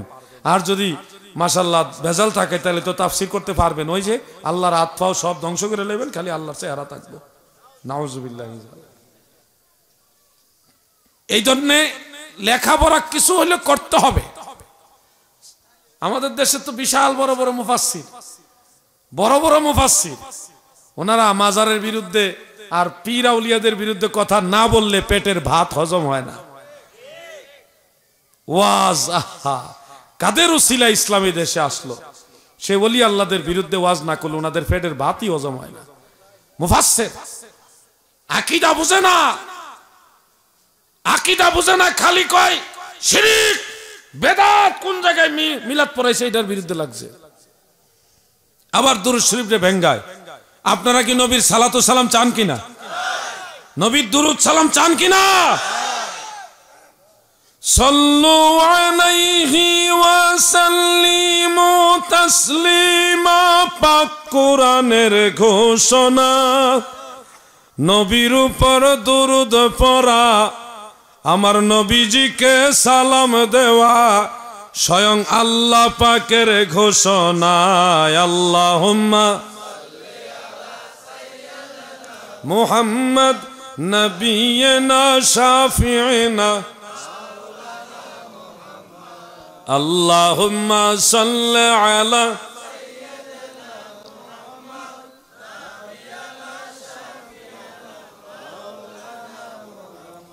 নবীর দরুদ সালাম, আমার নবীর মহব্বত, এই বিষয়গুলি হলো ইমানদারের সম্বল। নবীর মহব্বত নিয়ে এই জিন্দেগি যারা কাটাইছে তারা আখেরাতে কোনো চিন্তার কারণ নাই। আপনারা যারা এই পৃথিবীতে রসুলের প্রতিবেশী ফানা, নবীজির প্রতিবেশী মহব্বত রাখেন, আপনারা দেখবেন, আমরা ইনশাআল্লাহ দেখব কবরে যাওয়ার সাথে সাথে রহমাতুল্লিল আলামিন আমাদের পাশে দাঁড়াবে। আমার নবী যখন কাছে দাঁড়াবে, আপনাদের দিলে কি সাক্ষী দেয়? নবীজিকে চিনবেননি? আপনাদের দিলে কি সাক্ষী দেয়? চিনবেন ইনশাআল্লাহ? চিনবেন তো ইনশাআল্লাহ? এই যে মনের একটা গতি আছে না, এটাও কিন্তু বিশাল কাজে লাগবে। এখানে যদি দুর্বল থাকে যে আমি চিনবো কিনা, তাইলেই ধরা খেয়ে যাবেন। আর যদি না, আমি নবীর দল, আমি নবীর পক্ষে, আমি নবীর সৈনিক, আমি নবী চিনবো, ঈমানি জজবা যদি থাকে, নবী দেখার সাথে সাথে চিনবেন, কোনো সন্দেহ নাই। ঈমান থাকতে হবে পাক্কা, ঈমান দুর্বল হলে চলবে না। কবরের মধ্যে নবী আসবে তরাইতে।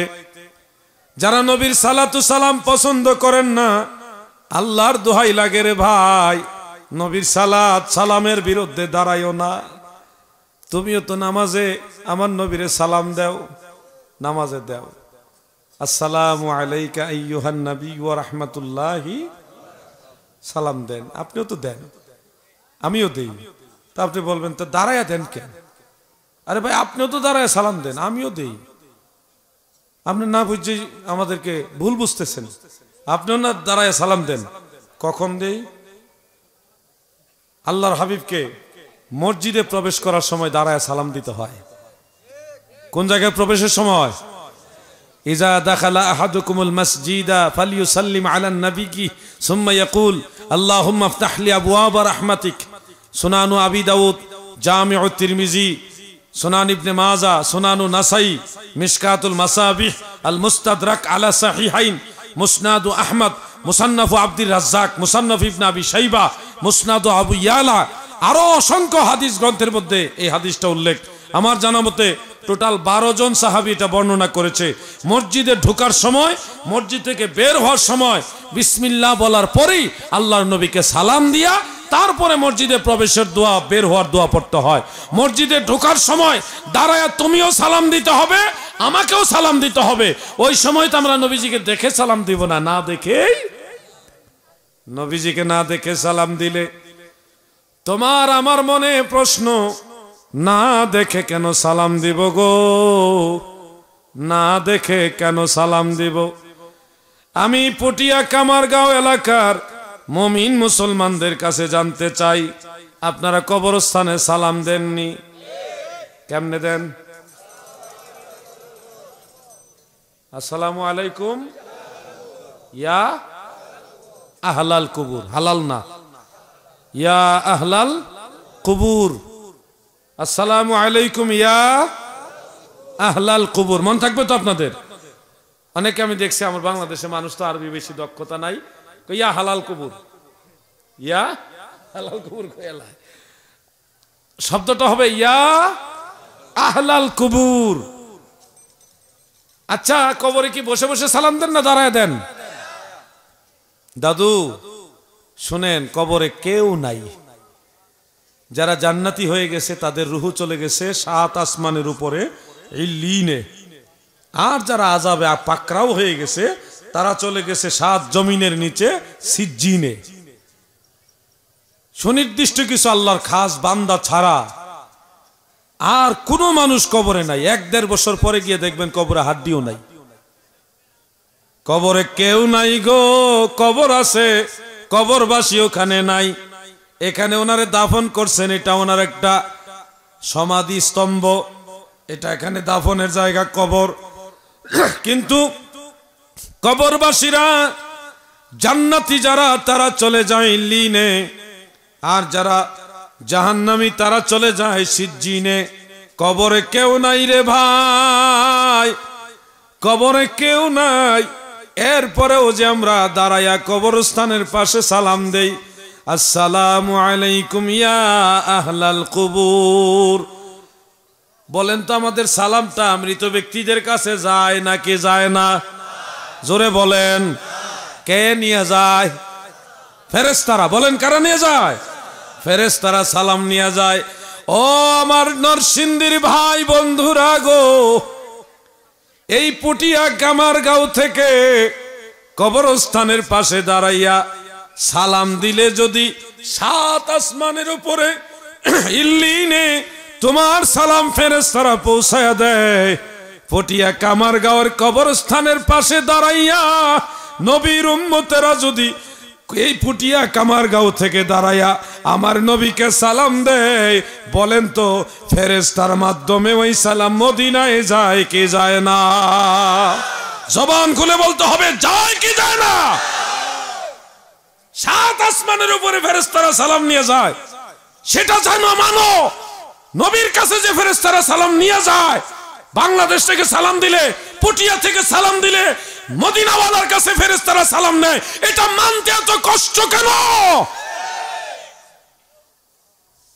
আসল বিষয়টা হলো সালাম না, আসল বিষয়টা হলো নবীজিরে সালাম দিলে তার আর ভালো লাগে না। নাইলে কবরস্থানে সালাম দিতেছেন, ওইখানে তাদের কোনো কষ্ট নাই। কবরস্থানের বাদেও ধরেন আমাদের এই সভাপতি সাহেব, সভাপতি না প্রধান অতিথি, প্রধান অতিথি, ধরেন একজন লোক নরসিংদী থেকে, আমার সোহেল ভাই বা আলামিন ভাই আমাকে বলে দিল, জিহাদি ভাই মাহফিলের প্রধান অতিথি সাহেবকে আমার সালাম জানাইবেন। তা আমি ওই নরসিংদী থেকে সালামটা বহন কইরা ওনার কাছে এসে বললাম যে প্রধান অতিথি মহোদয় অমুক আপনাকে সালাম জানাইছে। তা আমার মাধ্যমে সালামটা উনি পাইছে, উনি জবাব দিবেন। কেমনে সালাম? যদি কারো মাধ্যমে সালাম আসে উত্তর দিতে হয় কিভাবে? ওয়ালাইকুম আসসালাম রহমতুল্লাহ না, না, এখানে একটু বেশ কম আছে। কারো মাধ্যমে যদি সালাম আসে তখন উত্তর দিবেন ওয়ালাইকা ওয়া আলাইহিস সালাম ওয়া রাহমাতুল্লাহি ওয়া বারাকাতুহু। ওয়ালাইকা ওয়া আলাইহিস সালাম, এইটুকু ব্যবধান আছে কারো মাধ্যমে যদি সালাম আসে। মন থাকবে? বলেন তো কিভাবে? ওয়া আলাইকা ওয়া আলাইহিস সালাম ওয়া রাহমাতুল্লাহি ওয়া বারাকাতুহু। মন থাকবে তো সবার? ওই নরসিংদীর সালাম উনি তার কবরের পাশে দাঁড়ায় দেয় নাই, উনি এমনি দিছে, বলছে যে জেহাদি ভাই প্রধান অতিথিকে আমার সালাম জানাবেন। আমি আইসা ওনাকে সালাম জানাইলাম, উনি উত্তর দিল। নরসিংদীর সালাম যদি জেহাদি সাহেবের মাধ্যমে প্রধান অতিথি সাহেবের কাছে আসতে পারে, তাহলে পুটিয়া কামারগাঁও নরসিংদী থেকে সালাম দিলে সেই সালাম নবীর কাছেও যাইতে।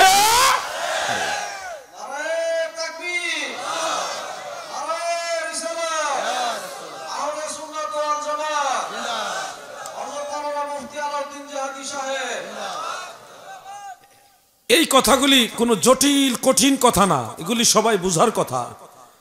নবীজির সালাম যে কোনো জায়গা থেকে দেওয়া যায়। আমরা বসেও নবীজিকে সালাম দিই অনেক জায়গায়, আবার মিলাদের মজলিসে নবীর মহব্বতে দাঁড়ায়া সালাম দিই। কই দাঁড়ান কেন? দাঁড়াই কেন? দাঁড়ায় আমরা সাধারণত দুইটা কারণে। কয়টা কারণে বলেন? কয়টা কারণে? এক নম্বর কারণ হলো কোরআন শরীফের সূরা মুজাদালার মধ্যে উল্লেখ আছে একটা আয়াতাংশ, আল্লাহ তাআলা বলেন ইজা কিলান শুজু ফাংশুজু। এই আয়াতের তাফসীর করেছেন রাইসুল মুফাসসিরিন ফকিহ তবকার সাহাবী হযরত আব্দুল্লাহ ইবনে আব্বাস রাদিয়াল্লাহু আনহুমা, এবং তাবিঈদের মধ্যে হযরত মুজাহিদ রাহমাতুল্লাহ আলাইহি, হযরত কাতাদা রাহমাতুল্লাহ আলাইহি, ওনারা তাফসীর করেছেন। অন্যান্য মুফাসসিরিন ওনারা এই ব্যাপারে তাফসীর করেছেন ইজা কিলা লাকুম কুমু ইলাস সালাতি ওয়া গায়রিহা মিনাল খায়রাত আও ইজা দুইতু মিনাল খায়রি ফাজিবু। যদি তোমাদেরকে কেউ বলে আসো দাঁড়ায়া এই ভালো কাজ করি, আল্লাহর কোরআনের আয়াত দ্বারা একেবারে বিশুদ্ধ তাফসীর হলো, যদি কেউ বলে দাঁড়ায়া আসো এই ভালো কাজটা করি, তখন ওই ডাকে সাড়া দিয়া আপনি এই ভালো কাজটা দাঁড়ায় করতে পারবেন। আপনারা বলেন নবীজিকে সালাম দেওয়া এটা ভালো কাজ না খারাপ কাজ? আওয়াজে মনে হয় ভেজাল আছে। এই ভালো কাজের জন্য কোনো আলেম, ইমাম সাহেব, কোনো বুজুর্গ ব্যক্তি যদি বলে যে আসেন আমরা দাঁড়ায় নবীজিকে সালাম দেই, তখন ওই আহ্বানে সাড়া দিয়ে আল্লাহ রসুলকে দাঁড়ায় সালাম দেওয়া মুস্তাহাব, সওয়াবের কাজ। এটা সরাসরি কোরআন এবং কোরআনের তাফসীর থেকে প্রমাণিত। ভাই বন্ধুরা আমার, ফিতনা তো শেষ নাই। আমি অল্প কিছুক্ষণের মধ্যে আলোচনায় টানব, তবে আপনাদের খেদমতে এই কথাগুলি বারবার বলি। কেন বলি? নারায়ণগঞ্জ, নরসিংদী এই দুইটা থানা নিয়ে, দুইটা জেলা নিয়ে আমরা খুব চিন্তা করি। ভাইরাস মানে লামাযহাবীদের ভাইরাস ঢুকে গেছে। কথা বুঝছেন? লেডিস নামাজি, এই যে ছেলে ফেলে যুবকরা এইভাবে নামাজ পড়ে আর বারবার খালি ইতা করে, আত্তাহিয়াতের সময় খালি আঙ্গুল ইতা করে। আসেনি আপনাদের এলাকায়? এদিকে আছে? লা হাওলা ওয়ালা কুওয়াতা ইল্লা বিল্লাহ। আঙ্গুল খালি এইভাবে নাচায়। মুরব্বী মানুষ নামাজে দাঁড়াইছে, ওনার ফায়ার লাগে ফা লাগাই দিয়ে সেরে সরাইয়া দেড় কানি জাগালিয়া খার হয়ে যায়।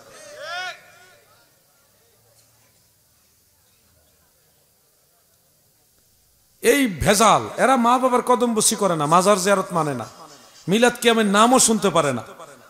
আবার দেখবেন রোজার মাসে 4-5 মিনিট আগে আজান দেলা ইফতারের সময়। এত বড় রাক্ষস, সবার আগে তারা খাইব। কত বড়! আজান দেওয়ার আগে সুবে সাজেকের যে একটা এলান হয় যে সাহারির সময় শেষ, আমরা কিন্তু এর মধ্যে খাওন শেষ করে লাই। এরা আজান দেওয়ার পরও খায়, আজান দেওয়ার পরও খাইব, আর অন্য আজান দেওয়ার 4-5 মিনিট আগে আজান দিয়ে খাওয়াইব। কত বড় রাক্ষস হয়ে গেছে, সহ্য হয় না। সব জায়গায় এরা এটা বিশৃঙ্খলা তৈরি করে। হ্যাঁ, তারাবি 8 রাকাত বানাইছে, বেতের বানাইছে 1 রাকাত। কোথায় যাবেন দাদু? মুসিবত। আমি একটু নামাজ নিয়ে একটু আলোচনা করি। করব কি নামাজের আলোচনা একটু? নামাজ দ্বীনের স্তম্ভ, ধর্মের স্তম্ভ, খুঁটি। মনে রাখবেন এই কথাগুলি। এবং নামাজ জান্নাতের চাবি, জান্নাতের মিফতাহুল জান্নাতিস সালাহ বা সালাতু মিফতাহুল জান্নাহ। আশ্চর্য বিষয় হলো পটিয়া কামারগাঁওর যুবক ভাইরা গো, দেখবা বহু বাস, সিএনজি, অটোরিকশার পিছনে পাশে লেখা আছে নামাজ বেহেশতের চাবি। এরপরেও এই লামাযহাবী তথাকথিত কিছু শায়েখরা ওনারা বলে নামাজ বেহেশতের চাবি, এই কথা নাকি ঠিক না। নামাজ বেহেশতের চাবিটা মানতে রাজি না। তাদের বড় বড় হুজুররা ওয়াজ করে। আপনারা কি মানেননি নামাজ বেহেশতের চাবি? সবাই মানেন? কয়েকজন আতুরাইছে না। ও যে এরা বালিশ দেন না, তাড়াতাড়ি বালিশ দেন, এরা আহত হয়ে গেছে, একটু পরে নিহত হইব, ঘুমাইতে হয়ে পড়ছে মাহফিলে। হ্যাঁ, তাড়াতাড়ি পানি ঢেলে দেন। আপনারা কি আর 10-15 মিনিট টাইম হবে? আমি আর 10 মিনিট টাইম নিলাম আপনাদের কাছ থেকে। এই 10 মিনিটের মধ্যে আমি কয়েকটা নামাজ বিষয়ক কয়েকটা তথ্য আপনাদেরকে বলি। নামাজ বেহেশতের চাবি, এটা আমরা সবাই বিশ্বাস করি। করেন তো আপনারা? যারাই এই ধরনের বক্তব্য পেশ করেন যে নামাজ বেহেশতের চাবি, এটা ঠিক না, এটা হাদিসে নাই, আমি তাদেরকে বিনয়ের সাথে বলবো, ভাই হাদিসে আছে, আপনার জানা নাই, আপনি আরেকটু লেখাপড়া করেন, পেয়ে যাবেন। সিহাসিত্তার অন্যতম কিতাব জামিউ তিরমিজির মধ্যে হাদিস খানা উল্লেখ রয়েছে, মুসনাদ আহমদের মধ্যে রয়েছে। মুহাদ্দিসিন আইম্মাই কারাম বলেছেন এই হাদিসের সনদ হলো হাসান, সুন্দর সনদ, উত্তম সনদ। হাদিসটা হলো এইভাবে, আমার দয়াল নবীজি বলেছেন, عن جابر بن عبد الله رضي الله تعالى عنه قال سمعت رسول الله صلى الله عليه وسلم يقول مفتاح الجنة الصلاة إلى آخر।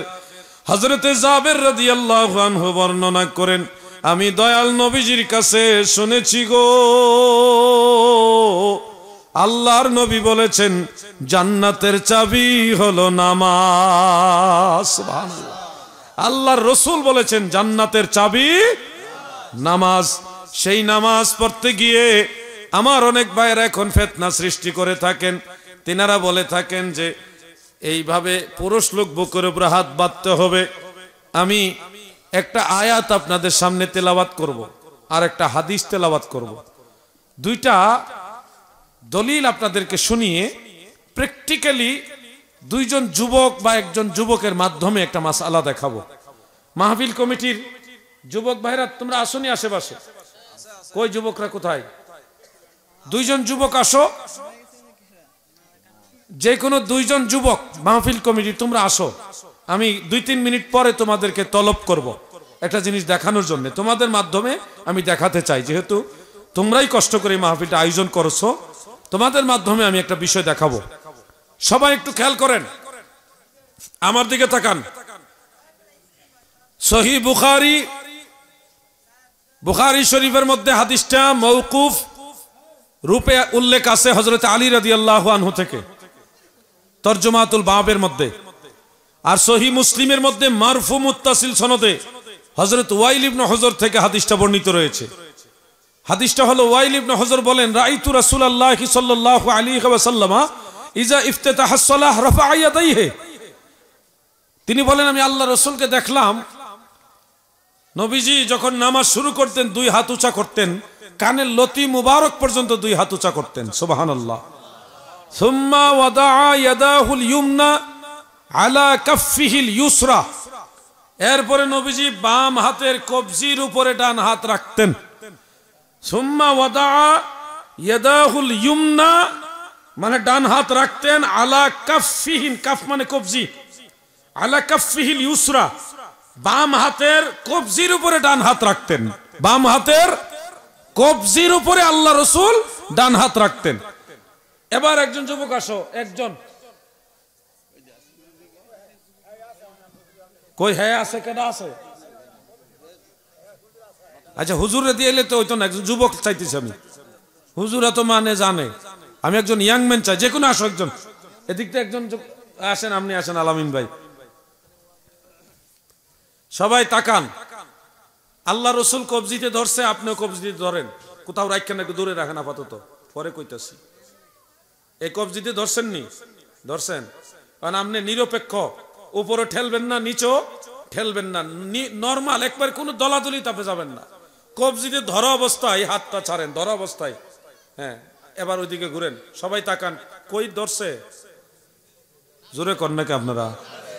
এটা কি উনি জোর করে নিছে না এমনি গেছে? জোর করে নিছে না তো? ঠিক আছে, আলামিন ভাইকে ধন্যবাদ। তাহলে আল্লাহ রসুলের হাদিস যে আল্লাহ রসুল কবজিতে হাত রাখছেন, একবারে বুখারী এবং মুসলিমের হাদিস। তা আমরা কবজিতে ধরলাম, কবজিতে ধরলাম, ধইরা কোনো দলাদলি করলাম না, কোনো গ্রুপিং ঠেলাঠেলি করলাম না, না কইরা নরমাল হাত এইভাবে রাখলাম। দেখলাম যে আমরা বাপ দাদা যেমনি নামাজ পড়ছে এমনি ঠিক আছে। আমরাটা যারা এইভাবে বুকের উপরে ধরে তারাটা হইলো জোর কইরা সুন্নত। জোর না করলে হাত বুকের উপরে উঠবে, তারা হইলো জোর কইরা সুন্নি, আর আমরা হইলাম এমনই সুন্নি। আমরাটা যেহেতু জোর করে নেওয়া লাগে না, আমরা এমনিই সুন্নত। কথা ঠিক না বেঠিক? এই বিষয়টা বুঝতে আপনাদের কষ্ট হইছে? তাহলে বুখারী এবং মুসলিমের সহিহ হাদিস দ্বারা আমাদের নামাজে হাত বাঁধা ঠিক আছে না নাই? জোরে বলেন, ঠিক আছে না নাই? কোনো ব্যাখ্যা করা লাগছে না? এমনি প্রমাণ হয়ে গেছে, এমনি প্রমাণ হয়ে গেছে, ব্যাখ্যা লাগছে না। হেরা কো আমরা বলে জয়ীফ হাদিস। আরে কানা কস কি তুই? আমরা জয়ীফ না, আমরা বুখারী মুসলিমের হাদিসও আছে, কোরআনের আয়াতও আছে। সূরা বাকারা 238 নম্বর আয়াত। দুইজন যুবক রেডি হও, এই আয়াত তেলাওয়াত করে, এই আয়াতটা তেলাওয়াত করার পরে দুইজন যুবক চাই, এই কোন একজন, এই কোন একজন, দুইজন যুবক রেডি হও তাড়াতাড়ি। সূরা বাকারা আয়াত নম্বর 238। এই আইসেন না, আইসেন না, কথা বুঝ দইব, খালি এলাসি ভেটকিটা ভালো পড়ে। নামাজ পড়তে হবে এবং এই মাসালাগুলি বুঝতে হবে। আপনারা এই আমাদের যুবকরা, আমাদের লোকগুলি মসজিদে দায়িত্বশীল ভূমিকা পালন করে না বিদায় এই লেডিস নামাজিরা সমাজে ফিতনা ছড়াই দিতেছে। আমরা সব সুন্নিরা যদি মসজিদের প্রথম কাতারে থাকতাম, এই নামাজহাবীরা বাংলাদেশে ঠাঁই না পাইয়া ওই নজদে গিয়ে পালাইবার সুযোগ পাইতো না। ঠিক না বেঠিক? সূরা বাকারা আয়াত নম্বর 238। কত নম্বর আয়াত? আমি একজনকে জিগামু, যে কোনো একজনকে জিগামু, জিগাইতাম নি? আমনে কোন কত নম্বর আয়াত? মাশাআল্লাহ, মারহাবা।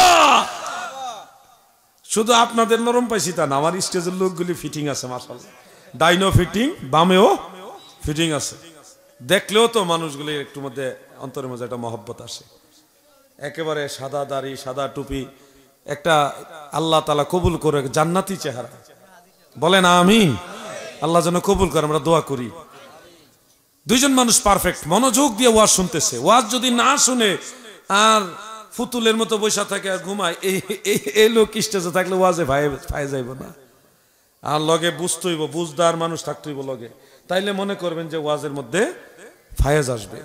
দাদু ভাই আমার, সূরা বাকারা আয়াত নম্বর 238 আমার আল্লাহ বলেন, হাফিজু আলাস সালাওয়াতি ওয়াস সালাতিল উসতা ওয়া কুমু লিল্লাহি কানিতিন। আমার আল্লাহ তাআলা বলেন, তোমরা নামাজের প্রতি যত্নবান হও, বিশেষ করে মধ্যবর্তী নামাজ। ওয়া কুমু লিল্লাহি কানিতিন, আল্লাহর প্রতি বিনয়ের সাথে, নম্রতার সাথে দাঁড়াও। নামাজে বিনয় এবং নম্রতার সাথে দাঁড়ানোর কথা বললেন কে? আল্লাহ। এবার দুইজন যুবক আসো।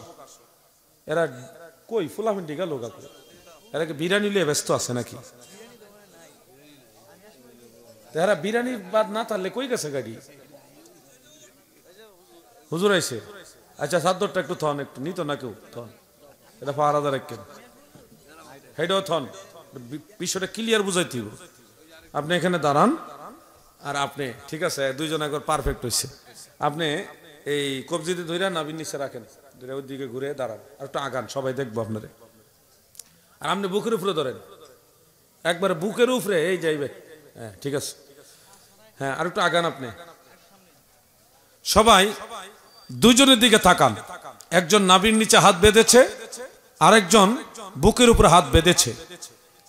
আল্লাহ তাআলা বলেছেন ওয়াকুমু লিল্লাহি কানিতিন, তোমরা আল্লাহর প্রতি বিনয়ের সাথে দাঁড়াও। এখন আপনারা দেখেন, উনিও হাত বেঁধেছেন, উনিও হাত বেঁধেছেন। হাত বাঁধাকে কেন্দ্র করে কার মধ্যে বিনয় নম্রতা বেশি দেখা যাচ্ছে? জোরে বলতে হবে। বুকের উপরে না নাভির নিচে? আওয়াজটা বলেন কোনটা? ঠিক আছে, আপনাদের দুইজনকে অসংখ্য ধন্যবাদ। বসেন। চাদর আছে নিজে, হ্যাঁ চাদরটা সুন্দর আছে মাশাআল্লাহ। হুজুর আরে সবাই হিংসা করে। হুজুর, একজন হুজুর মসজিদ ইমামতি করলে কয়টা বেতন পায়? বেতনও বেশি পায় না, অল্পটা। আবার পাঞ্জাবিটা কি সুন্দর। হিংসা, হিংসার মেঝে ঠাড়া পড়ুক। আল্লাহ তাদের আলেমদের জীবনের মধ্যে বরকত দেয়, বলেন মারহাবা। যাই হোক, আমি যেটা বললাম, আল্লাহর কুরআনের আয়াত থেকে আমরা যেটা বুঝলাম, একজন পুরুষ মানুষ নামাজে যখন বাম হাতের উপরে ডান হাত রেখে নাভির নিচে এইভাবে হাত বাঁধে, তখন তার মধ্যে বিনয় বেশি বোঝা যায়। আল্লাহর কোরআন থেকে বোঝা যায় আমাদের বাপ দাদারা নবীর তরিকায় নামাজ পড়ছে। এ নয়া আহলে হাদিস হয়েছে, নয়া আহলে হাদিস। কই জয়ীফ হাদিস? আরে আহলে সুন্নাত ওয়াল জামাতের কাছে 10 মিনিট ডিবেট করার মতো যোগ্যতা গোটা বাংলাদেশের সমস্ত মাযহাবীদের নাই। ঠিক না বেঠিক?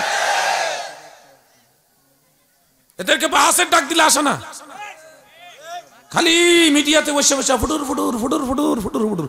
ফেস টু ফেস টেবিল টকে সরাসরি মোকাবেলা করবে হিম্মত তাদের হয় নাই। যদি হয়তো তাহলে আমাদের ডাকে সাড়া দিয়ে বাংলাদেশের প্রয়োজনে জাতীয় প্রেস ক্লাবে আমাদের সাথে বসতো।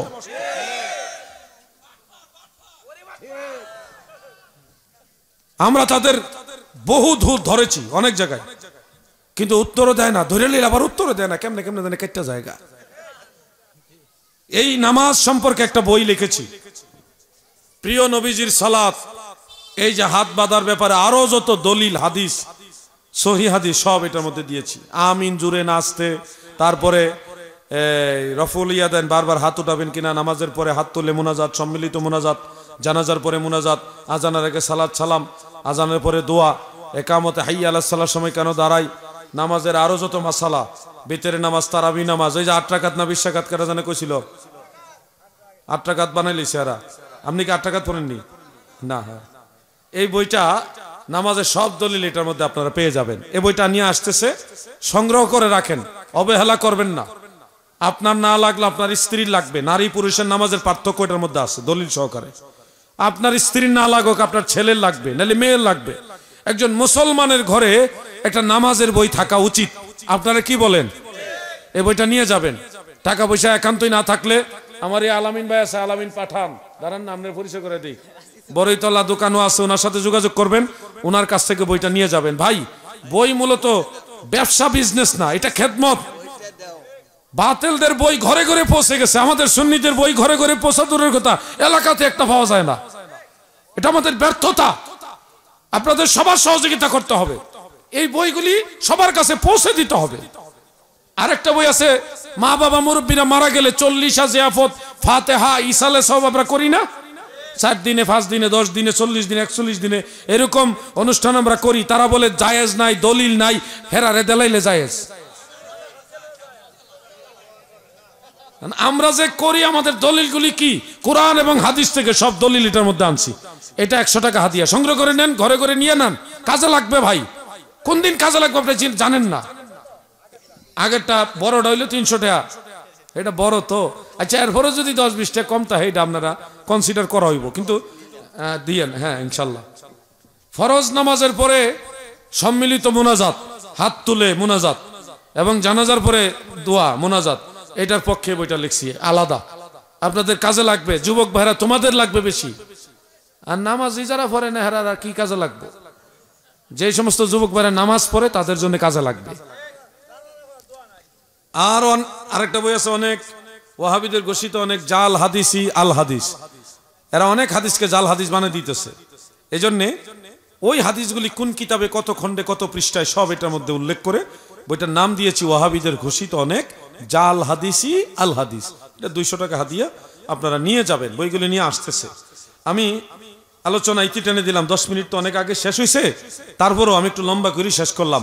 কয়েকটা প্রশ্ন আসছে, আমি যদি প্রশ্নগুলি দেখি রাজনৈতিক প্রশ্ন তাহলে নিব না, ধর্মীয় প্রশ্ন হলে আমি নিব। আজকের মতো এখানে ইতি। আসেন আমরা দাঁড়ায়া নবীজিকে সালাম জানাইয়া নবী